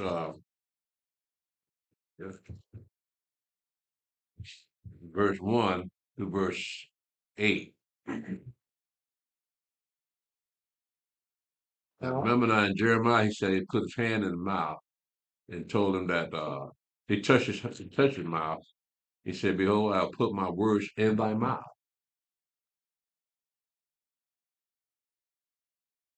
Isaiah chapter 6, verse 1. In the year that King Uzziah died, I saw also the Adonai sitting upon the throne, high and lifted up, and his train filled the temple. Mm-hmm. Above it stood the seraphims. Each one had 6 wings. With 2 he covered his face, and with 2 he covered his feet, and with 2 he did fly. And one cried unto another and said, Holy, holy, holy is Yahweh of hosts. The whole earth is full of his glory. Mm-hmm. And the post of the door moved at the voice of him that cried, and the house was filled with smoke. Mm-hmm. Then said I, Woe is me, for I am undone, because I am a man of unclean lips, and I dwell in the midst of a people of unclean lips. For mine eyes have seen the King, Yahweh of hosts. Mm-hmm. Then flew one of the seraphims unto me, having a live coal in his hand, which he had taken with the tongs from off the altar. And he laid it upon my mouth and said, Lo, this has touched thy lips, and thine iniquity is taken away, and thy sin purged. Also I heard the voice of the Adonai saying, Whom shall I send, and who will go for us? Then said I, Here am I, send me. So again, you have the seraphim from a live coal in Isaiah's mouth, because Isaiah said, I'm a man of unclean lips, dwell amongst a people with unclean lips. Now, we're pretty sure they were speaking Hebrew at that time. So what could be unclean about speaking Hebrew? It's how you use the language, what you're talking about, for instance. You might be talking about a woman in Hebrew and saying some personal things about her in Hebrew, and you know those things are not right, so they be unclean. We're not talking about using profanity, all right? In other words, we just the subject matter that you're talking about, it's unclean. So you're thinking of those unclean thoughts. So the seraphim would put a coal in his mouth and purge all that out of him. So he won't talk like he used to talk anymore. Same thing happening with us, because our conversation is not like it used to be, because we're talking about something totally different now to our friends and family. And they don't understand why we're talking that way, because something like this. Because y'all would purge all that foolishness out of our mouth and make sure that we talk about the things that written down in this book. So we go, like I said, going by the same way. It's just that with this language we speak, it's an unclean language anyway. It's stammering lips in another tongue. Mm-hmm. So we can't talk to anybody any other way, because they don't understand Hebrew. They don't understand any other language, so they speak. We got to speak in their language so that they can understand. Right? Let's go back to Jeremiah. Yeah. Question. Josiah is a Hebrew name, right? Tongue. Josiah. Out of here. Josiah. Josiah. Josiah is the Hebrew name? Yeah. Yes. So Joshua is too, right? Is that the same? Joshua? Yeah. Joshua is English. Oh, okay. Right, but it's still Yahshua Yeah, okay. is the Hebrew, so they both are the same word for same name. Just one is in English and one is in Hebrew. Oh, okay. So you got different pronunciation, different languages. Like for instance, in Hebrew you have Joseph. In Spanish you got Jose. Same name. Right. All right, let's go back to Jeremiah. We went from 1 to 10. Where we're going now? Okay, let me see. Like I said, not very much prophecy initially, but what I would like for you to do, Brother Stephen, is go to Jeremiah 3 and picking up at verse 14 to 18. Again, we're trying to stick with the prophecy, so I'm going to be skipping around a little bit in some of these prophets, because some of it is more historical than prophetic. Jeremiah chapter 3, verses 14 through 18. Mm-hmm.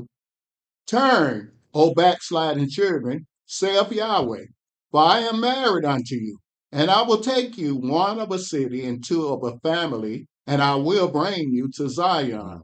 And I will give you pastors according to mine heart, which shall feed you with knowledge and understanding. Now, who needs to hear this? Yes. We need to hear this. Right. Because white folks don't need to hear it. Africans don't need to hear it because they know who they are. They know where they come from. They got everything we don't have. But it says here, turn no backsliding children, saith Yahweh, for I am married unto you, and I will take you one of a city into to a family and bring you to Zion. That's a remnant. Because it's more in a city than one.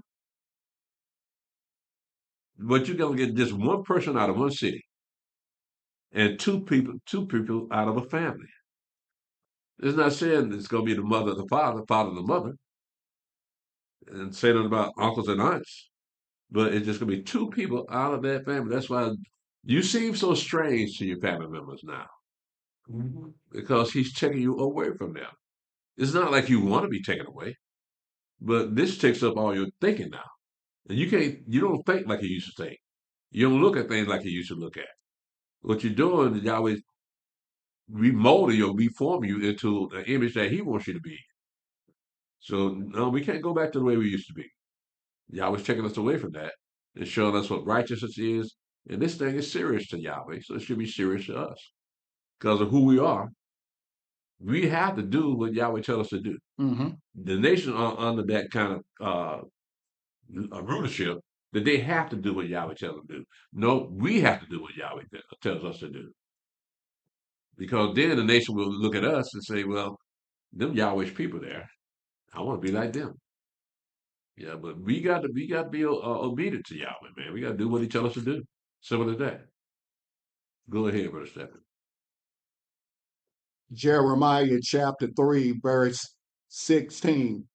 And it shall come to pass when you be multiplied and increase in the land in those days, saith Yahweh, they shall say no more, the ark of the covenant of Yahweh, neither shall it come to mind, neither shall they remember it, neither shall they visit it, neither shall that be done anymore.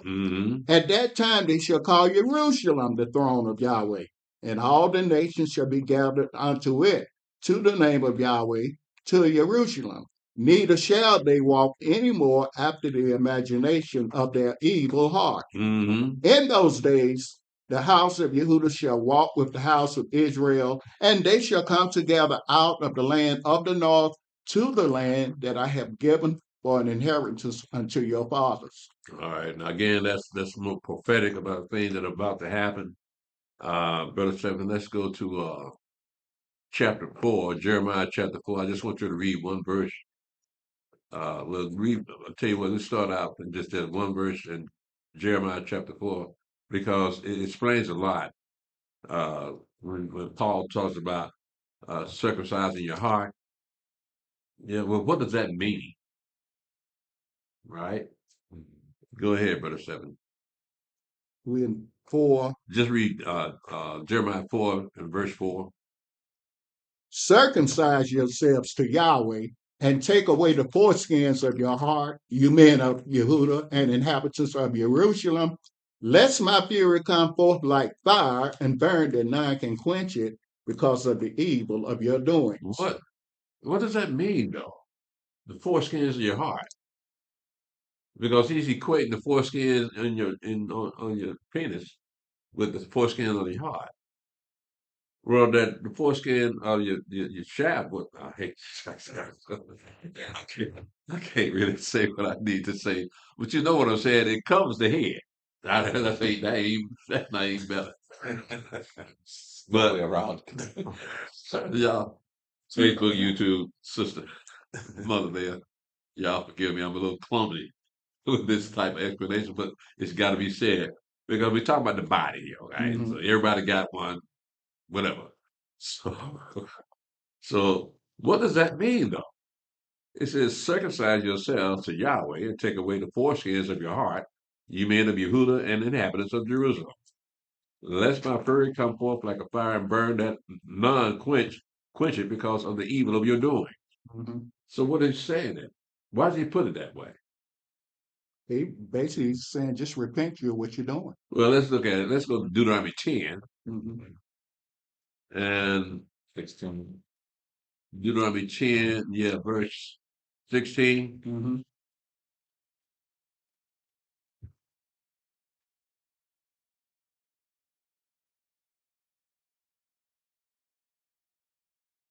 You see what it says? Mm-hmm. It says, circumcise therefore the foreskin of your heart and be no more stiff-necked. So when you're talking about the foreskin of your heart, you're being stubborn Mm-hmm. and rebellious. So don't do what I tell you to do. Stop, take away the foreskin of your heart. So that's what that means. I was thinking, Deuteronomy 10 verse 16. Yeah. I was thinking hard-hearted. Being Hard-hearted, being yeah, that's hard-hearted. stubborn, stiff-necked, yeah, Mm-hmm. yeah. thing. I mean, it's not necessarily stubborn. It's just that you don't have any love for somebody. Mm. Like you hard-hearted, you may, if you remember, in James, Exodus went over this. It said, "Mercy rejoices over judgment." Mm-hmm. So that shows you that if you're hard-hearted, you rather have judgment than mercy. Can't forgive nobody. Uh, You can't forgive nobody. right, right. So that's being hard-hearted.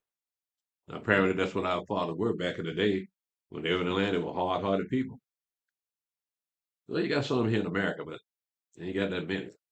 Well, some people complain about them fathers and mothers being too tough on them, but that's what makes the type of person you are, right? Because you may say, I don't want to be like my father and my mother. Well, they still raise you up. You still got some aspect of their training in you. That's right. So you're going to use that what you hate in your life. So everything will be back in balance. It seemed overbearing at the time that you were getting it, but when you grow up, you begin to know how to balance that out, being tough but also being merciful.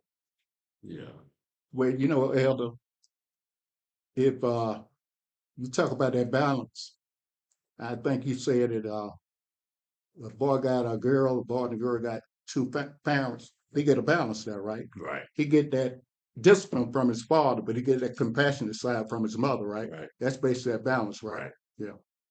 So when you look at the marriage rate of black people, there's an unbalance there, isn't it? Right. So you got the woman raising the children without the man being there to balance it out. And them little boys, when Yeah, they get mad, they sound just like their mother, yeah, screaming, picking up guns, shooting yeah, people. yeah. I mean, that's that's what happens when you don't keep Yahweh's law. You listen to your slave masters, and your slave master tell you turn against your husband. Now I pay for everything you need, like the welfare and food stamps and all that, and they fell for it, and now you got households that don't have a father in them because the government says don't bring the father in there. But now that Trump's in office, he's kicking them people off of welfare, and they are upset about it. They said the taxpayer's supposed to take care of me and my children. Have you seen that video? Yeah, I've seen it. Yeah. They're supposed. Where you get that from? From generations, a generation after generation of being on that welfare, so they feel like they're entitled to it. It's supposed to be theirs, so they can have babies out of wedlock, get paid. But now, the real world's coming in on them. They don't know what to do now because they say we don't need no man. Well, what you gonna do now? Well, Elder, when you look at it, me and yourself was talking about it yesterday. The average man now, when he walk into a situation where a woman got two or three kids, he don't want to be bothered with that. Nah. He backing off that, Yeah. especially young, 25, 30, 35 years old. Yeah. He looking to start his own. Yeah. Well, she passed the wall. Yeah. A long time ago. But see, when she was at the wall, she didn't know that was the wall. So she went out there just having a good old time, pleasing herself, hanging out with the girlfriends and boyfriends. But then 10 years later, she would look back and say, "That the wall way back there. I've been past that wall for 10 years. I need to get on a stick." So, but it's too late now. I remember you saying, brother, and it's true. I witnessed that. White girls, they'll play the whore till they get 24, 25. They'll look up and say, time out. Yeah. But that sister, she'll try that thing. She get 40, 45 years old. Right. Still trying to do what Can't she get did. enough. Yeah. Yeah. Still doing it. I know. And what's Biblical A. Fox, 60 years old, saying, it's time for me to settle down. Time for her to settle down. You 60 years old. Are you serious? What would be the point? Who she gonna settle down 60 You years just old? gonna keep on going.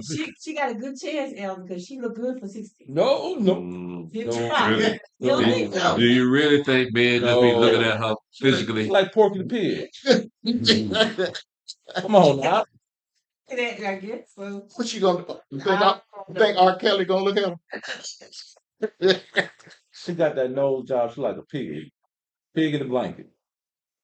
When she unwrap herself, I ain't gonna get just personal. When she unwrap it, you say, no. Oh, no, you're gonna have 2 eggs in the chest. Yeah. Every bit of 60 now. So, 60 going on 80. come on, man. Who gonna marry a 60-year-old woman? No. And she been in Hollywood most of her life? Nah, ain't no regular brother gonna do that. No, she been passed around. Yeah. Everybody gonna prove that. I tell you what, Brother Seven, pick this up in chapter 4, verse 21 to verse 26. Where we at? Jeremiah chapter 4, verse 21 to verse 26.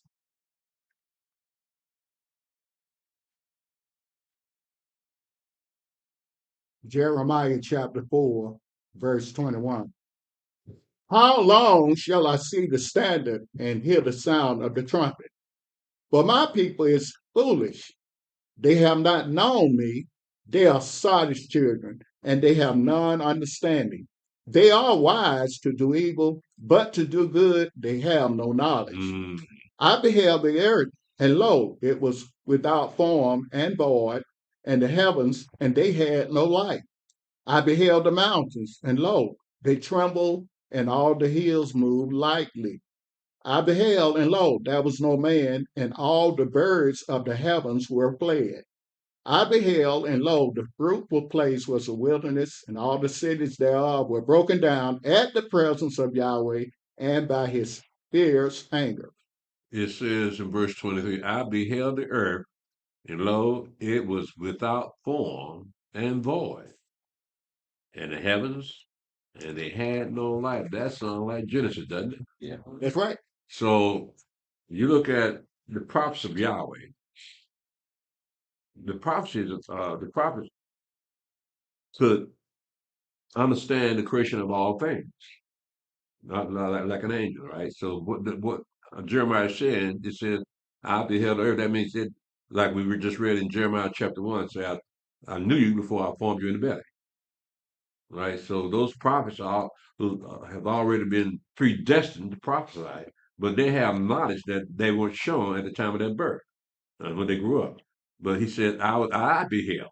Jeremiah said, I beheld the earth, and lo, it was without form and void, which means nobody was there in there, right? Just like in Genesis, in the heavens, and they had no light. That means the sun and the moon and the stars were not created to the 4th day.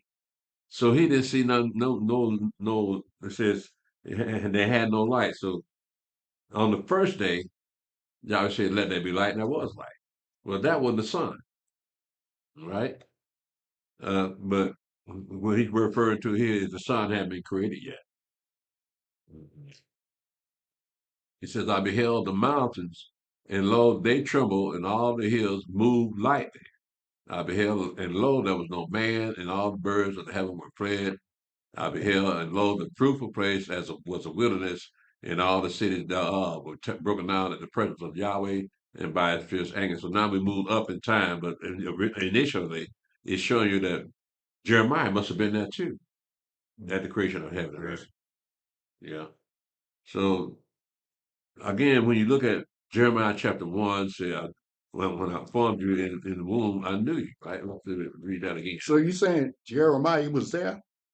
Let's read before. No, I'm just surprised by it. It says, then the word of Yahweh came unto me, saying, before I formed thee in the belly, I knew thee. And before thou camest forth out of the womb, I sanctified thee, and I ordained thee a prophet unto the nation. So he formed Jeremiah in the womb, but Jeremiah was already predestined, just like the Mashiach. He was predestined, but he was like he says in John chapter 17, Okay. right? Remember what it says? In John chapter 17,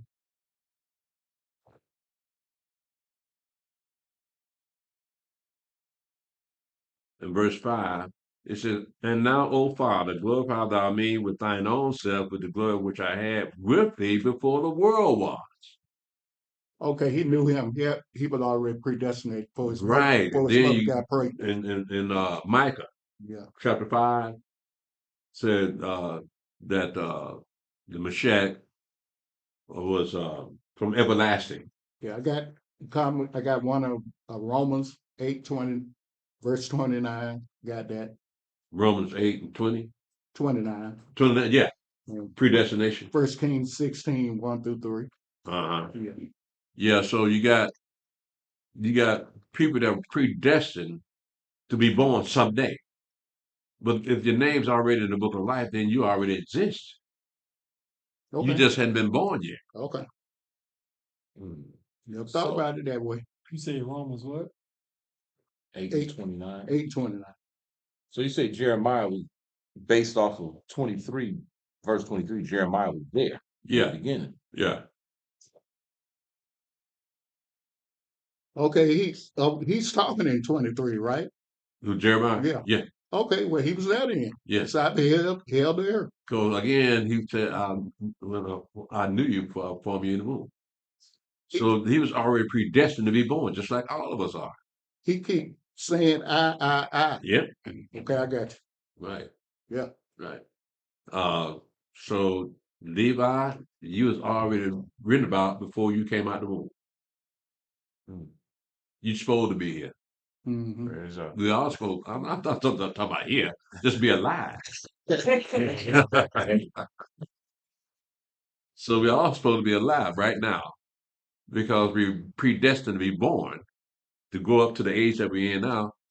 We didn't consider that when we were children, but when we read the book, you see that nobody's here that's not supposed to be here. Mm-hmm. If you're here, you're supposed to be here. So you already, if your name's written in the book of life, yeah, you was already here. You just hadn't been born yet. Yeah. Good point. Very good John what? observation. I didn't hear you. John, where was that in John? What did he say? Where is that in John? John? John 17. John chapter 17, verse 5. In Romans? What did you say about Romans 8 and Steve? 29 8 and 29. and 29. At least that's what I had marked off last time we read it. What Yeah. about First Kings? What are the verses in First Kings? Okay, he had 1 Kings 16, 1 through 3. Romans 8, verse 29. And John what? 17:5. John 17, 5. Mm-hmm. Okay. Let me see here. It's real interesting here, brother. Spirit took you there, didn't it? Yeah, praise God.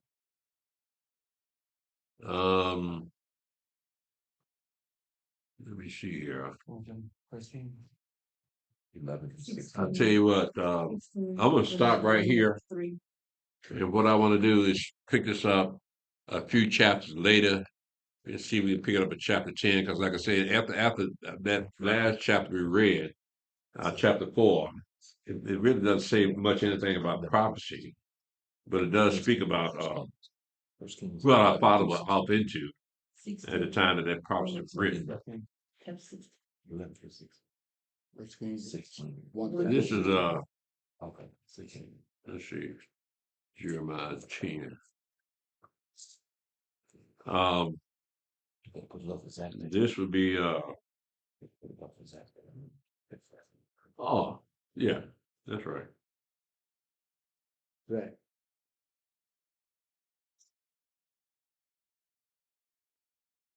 Yeah, y'all do. I don't know what you're doing. I'm too right I, now. I, I was back there in the office. 90 days. 90 days. Well, I gotta go then. I gotta go. Good night. Good night. Okay. Good morning. Go outside. Yeah. Man, I could go there. That one gonna last for a while. Well, yeah, they ain't gonna ever get old. I didn't think. Uh, I can't beat that, bro. I can't beat that. That's house of cards right there. I'm gonna stop right here and open the floor for questions. Does anyone have any questions before we dismiss? But you know what? That makes sense. I was going to say about the Yahweh saying that there's water under the earth, because if Africa is cracking underneath, then where's that water coming from? So it must have broke something. It's breaking something underneath for that water Yeah, to because come it up. doesn't say anything about the Atlantic going down. Right. The Or level going down. That's a brand new ocean. it's phenomenal. Something. Yeah. It's just something I'm thinking about. It's like, You know, you better believe they got all the scientists in the world over there looking at that thing, man. So, but you don't hear about it. But you know how curious these white people can be. Yeah, they gonna see what is that all oh, about. they sending somebody down there. Yeah, yeah, they got somebody on point right in there. But does anyone have any questions before we dismiss? Yeah, that's an excellent observation, though.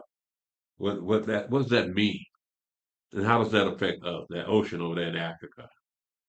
Yeah. All right. Well, let's see what's on chat. Oh yeah, you got to fix this. All you gotta do is unplug that. Just push this in. All right, there we go.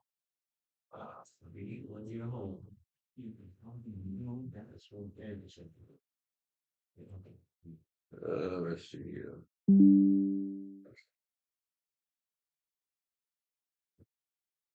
Let's see here.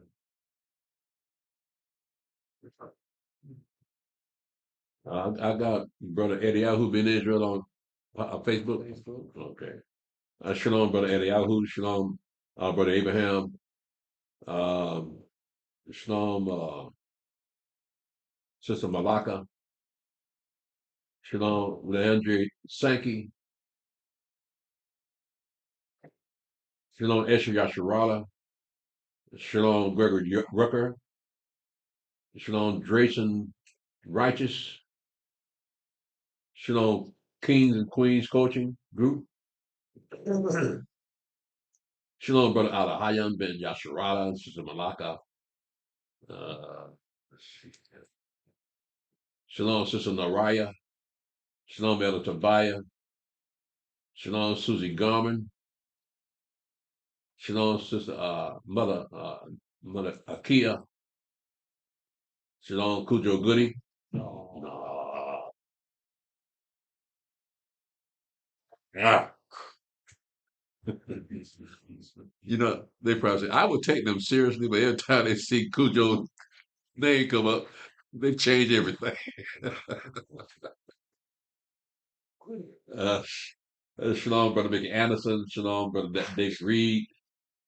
Shalom, Elder Hiram. Shalom, Elder Mick. Shalom, Sister Rachel. Shalom, Humble Rollers.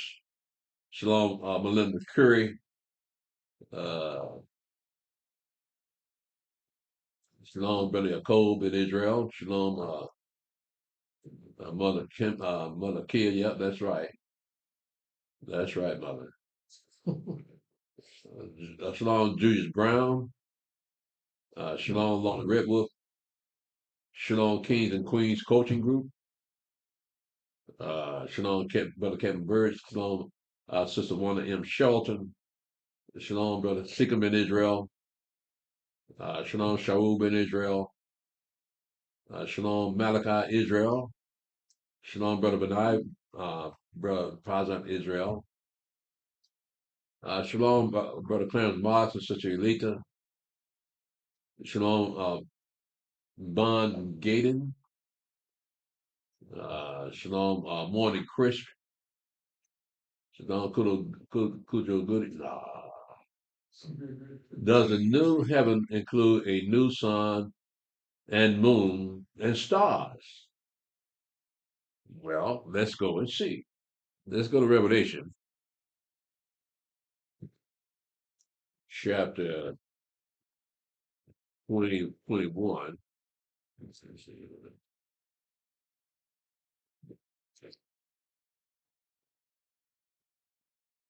Uh,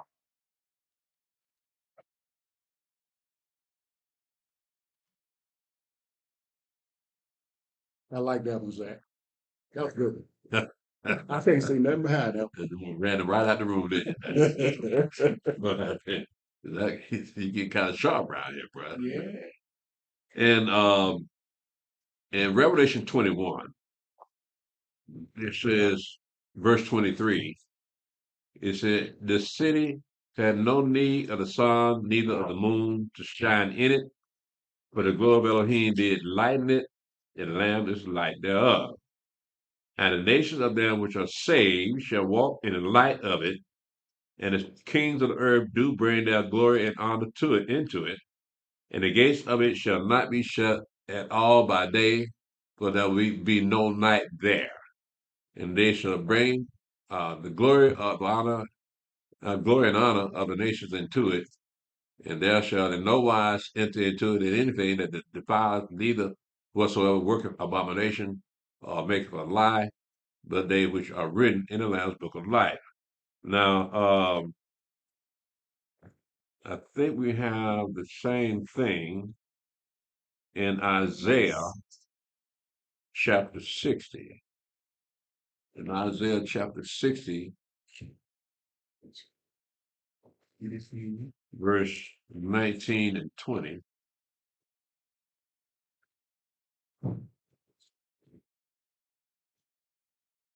In Isaiah 60, verse 19 and 20, it said, the sun shall be no more by light by day, neither for brightness shall the moon give light unto thee, but Yahweh shall be unto thee an everlasting light, and thy Elohim thy glory.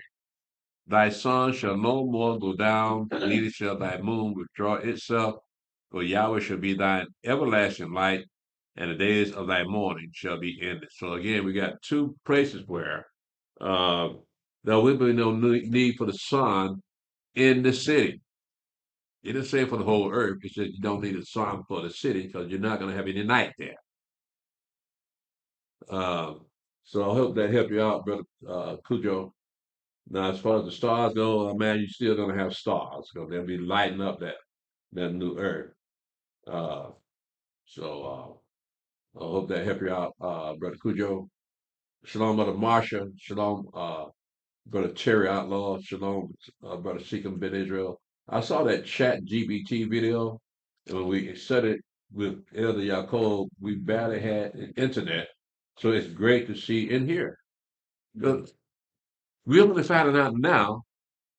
Well, when Elder Yaakov taught us, they're only finding out now. Well, he taught us the truth.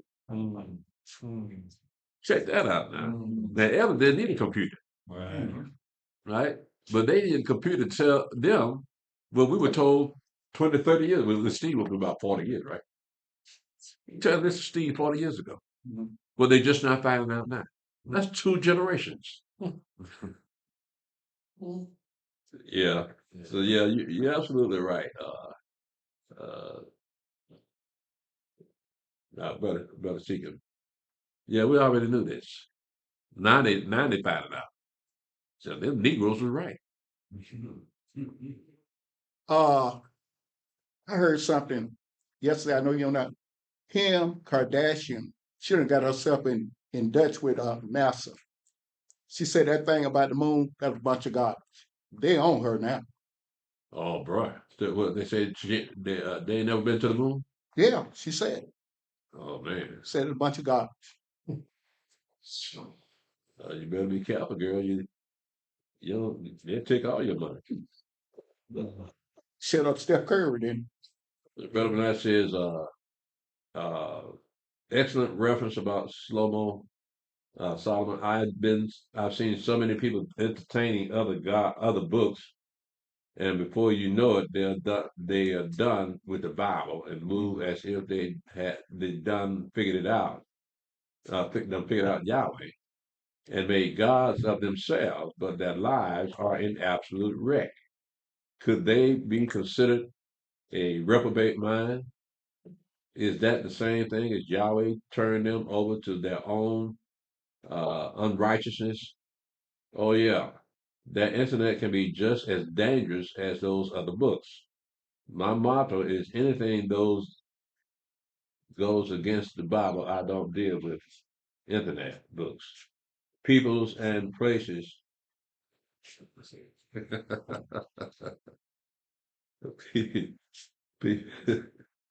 That was unexpected. Peoples and places I get way away from. Sorry for the bounce around, and I hope you can understand what I'm trying to ask you. All right, so yeah, appreciate that, my brother Benaiah. Um, as far as when you say uh, when you say people go into other references and you ask could they be considered a reprobate mind, they fit more of what the Mashiach said. It said many are called but few are chosen. Then you got that instance where the people that believed him when he started speaking about you got to drink my blood and eat my body. Well, that turned a lot of people around then. So yeah, he lost a lot of people that way. They didn't understand what he was talking about. Yeah, you got different ways people can lead the faith because it's Yahweh's will that they lead the faith. We can't get upset with them. If the spirit moved them to move out of here, just like I don't get upset with people who leave them in CCI. I've seen it before when Elder Yaakov was priest, was the head of the congregation. I couldn't think of no one else more qualified to teach this word than him. But people got up and left. I don't understand that. They tried to get me to leave. No, I said, no. You need an interpreter. When you're talking to me in tongues, you need an interpreter. Let's see. Shalom, Sister Kendra Davis. Shalom, who wants to know? Shalom, Elder Priest. Shalom, Elder, yourself, and every one of you guys are cracking me up this morning. Yeah. Shalom, Aya. Shalom, who wants to know? But I'm enjoying the lesson today. Praise God. But the key said, can we also put Deuteronomy 36 with Jeremiah 4 and 4? Let's see here. Let's see here. You said Deuteronomy 30 and 6. I think that says y'all going to circumcise your heart.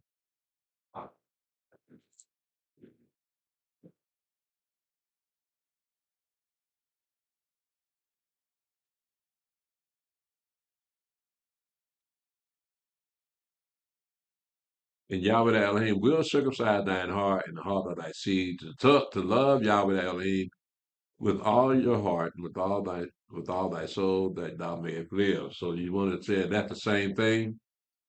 Not necessarily. Not necessarily. It's just that they use the same terminology. That's all that is. Because in verse 4 of chapter 4 of Jeremiah, he tells us, circumcise yourself to Yahweh and take away the foreskins of your heart. So he's telling them, y'all need to circumcise your heart. But in Deuteronomy chapter 30, he said, I'm going to circumcise your heart. So, and the heart of your seed after that, so you won't be no stiff neck and stubborn.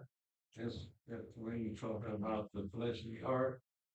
Well, they're comparing it to the fleshly that y'all have already. No, that he was going to give us a fleshly heart. Yeah, heart of flesh. Yeah. So you won't be so hard-hearted. Right, exactly. Right. Comparing our Father with hard-hearted people. It'll be easier for us. Yeah. Okay. Yeah. I mean, that's how you going to show love toward your neighbor, and your heart is hard-hearted. Right. Right.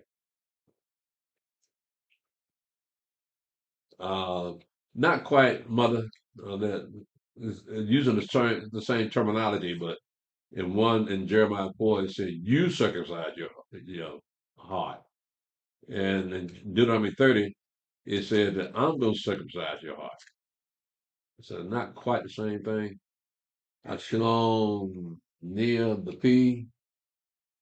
Shalom, Ezra in Israel. Shalom, Brother Shlomo. Shalom, Brother Adawan, man, Yasharala. Shalom, Shaul in Israel. So Jeremiah is more likely to be one of the 24 elders. No, we can't say that. Because it's a mystery of who these 24 elders are. And that be the case, then why not the other prophet be part of 24 elders? Right? But these 24 elders represent the 12 tribes of Israel.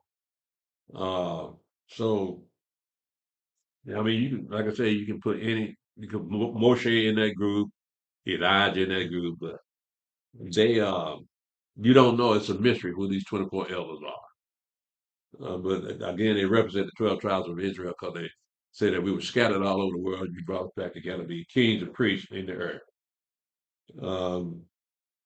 Praise Yah, Brother Alahayim, Ben Yasharala, Brother Shalom, Brother Ezra Ben Israel. Elder, when you said Jeremiah was there at the beginning, is it possible that Yahweh put those thoughts in his mind and so he could write it down, similar to Moshe writing Genesis, which was before his time? Yeah. Well, when the prophets prophesy, they prophesy about what Yahweh had given them from heaven at the time, in real time. And what they did, they wrote down what Yahweh told them to tell the children of Israel. Now, they preserved those scrolls of the prophets so that other generations can read it, see for themselves who they are and why they are in the state that they're in. So the same thing happening with us. When Yahweh was speaking to Jeremiah, he wrote those things down that Yahweh told him. Right? And same thing, same thing with Moshe. Moshe wasn't in the beginning. And heaven and earth were created. Nobody was there. So how did he know? He had to be told. Yeah. While he was in the mouth. Shalom, different mindset. Yeah, that's similar. Brother Ezra, that's similar. Kujo, good again. Interesting point in Jeremiah 4:23. With that being said, in this verse, in what form could Jeremiah be in before the world was created? A spirit? Not quite a spirit. It'd be something like the Mashiach himself. That Mashiach was said it was from everlasting, and you can see evidence of it in Psalm 21. It said it's 21, 22. What's it? My God, why are you forsaking me? I think it's 22. 22. Well, Okay. that's the Mashiach talking right there. Then you got him talking again in some of the other prophets. So he was preordained. So these prophets were preordained, just like we read that Yahweh knew Jeremiah before he formed him in the womb. Mm-hmm. Right. So, but it didn't say that he existed, though. He said Yahweh knew it before he was. So he knew all the prophets before they were even born. So it's not like they were a separate spirit that was before they were born. It was just Yahweh knew about them before they were born. Shalom, King Dreddy. Praise Yah. Shalom, Brother Abaya. Shalom, who wants to know that there are many videos on Instagram about the moon landing was fake and being on the space station is fake. They've been doing that for years. That's I mean, yeah. Shalom, Bobby Carter. Can your name be written in the book of life if you are serving other gods? I can't say because who's to know if you worship other God, then Yahweh would change your heart to worship Him. Right. So Look at us. Look at our I was about to circumstances. say that, yeah. We come from different backgrounds, from different churches, worshiping the same God that white folks worship. But Yahweh said, "No, I want you to come worship me." So He put in our hearts to listen to the teacher and explain to them what the Bible is saying. So that turned them around. So the same thing can happen again, Brother Bobby Carter. That even if they worship other gods, that don't mean they're gonna continue to worship other gods, because Yahweh can change you, right? Um, but if your destiny is to not worship Yahweh, then you're not gonna make it. Yahweh may not change your heart. He may have you because you're idolatrous, that you worship idols. Then yeah, you go into the lake of fire. Shalom, Q Real. I don't think I have anything else after that. No, I don't. That's it. You know, what's her name said that the other day about the moon landing. Ironically, Kim Kardashian. Yeah, I was just telling them about Oh yeah, sorry, it. sorry. You said that bunch of drunk. Yeah, Kim Kardashian said, "Oh, that's a hoax." She said, "I know they're gonna call me ditzy crazy." She was like, "But that's all a hoax." She was like, "No stars, flags." She pointed out everything. She said, "NASA's nothing but a Is whole that on the same internet? hoax."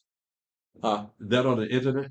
I saw it on regular It television. was Regular television? yeah. She said they put that I on regular seen television? Yeah, yeah. it was on television last night. It was I, just I seen yeah. I seen well. It was on my alt news about when she said it, but I guess come to find out it went to mainstream media. yeah, it was on regular television. Yeah, Um, Brother Eliyahu in Israel, Shalom. broke it down to The United Kingdom Parliament made the announcement that by 2029, in the UK, you have to have new digital ID. Have a new digital ID is a must to be able to work. It will be mandatory. Well, Shalom, Mikhael, Shalom, and the priest, I'm saying these things are progressing very quickly. Thankful that the Most High has allowed me to see His word on many levels, giving me knowledge and understanding. Knowledge to understanding. Okay, yeah. Yeah, it's getting out there, Brother Mikhail. A lot of people started to say the same thing that we're saying. We've been saying these things for what, 20 years, 25 years? Yeah. 25 years. And so now they're getting on board, and Yahweh letting them see what they've been showing us. I'm not saying that we're the reason. It's that Yahweh is the way Yahweh rolls. He chooses who he wants to understand what the book is saying. Uh, okay, I don't think that's any more. Do I have anybody else after this, Mikhail? No, that's it. That's it. All right. Again, thank you, Facebook and YouTube, for your questions and your comments. Uh, join us on the third day, which is Tuesday, for our history class. And I look forward to teaching you. I look forward to the things that are happening in the world today, because we see the prophecies coming to pass, and it's like they can't stop. There's nothing they can do to stop it or change it. Gets better and better every day. Yeah, yeah. Well, it fills our hearts with joy to see the words we've been reading actually come to pass. That's what it is. And what it means that white folks didn't see this. That means that we saw it, which means Yahweh wants us to see it, not them. That means that we're the apple of Yahweh's eye. We're chosen people. Boom. What are you gonna do with that? You've been calling us all kinds of names for 400 years. We got to the point we call ourselves the same names. So now all that's gonna stop. Brother, who wants to know, said, what exactly is the mark of the beast? Well, let's read it and see. Revelation 13.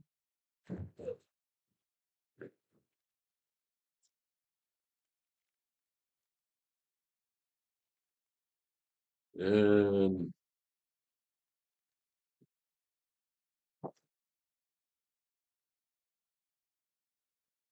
uh, at verse, I tell you what, let's pick this up at verse 11. Revelation 13 and verse 11.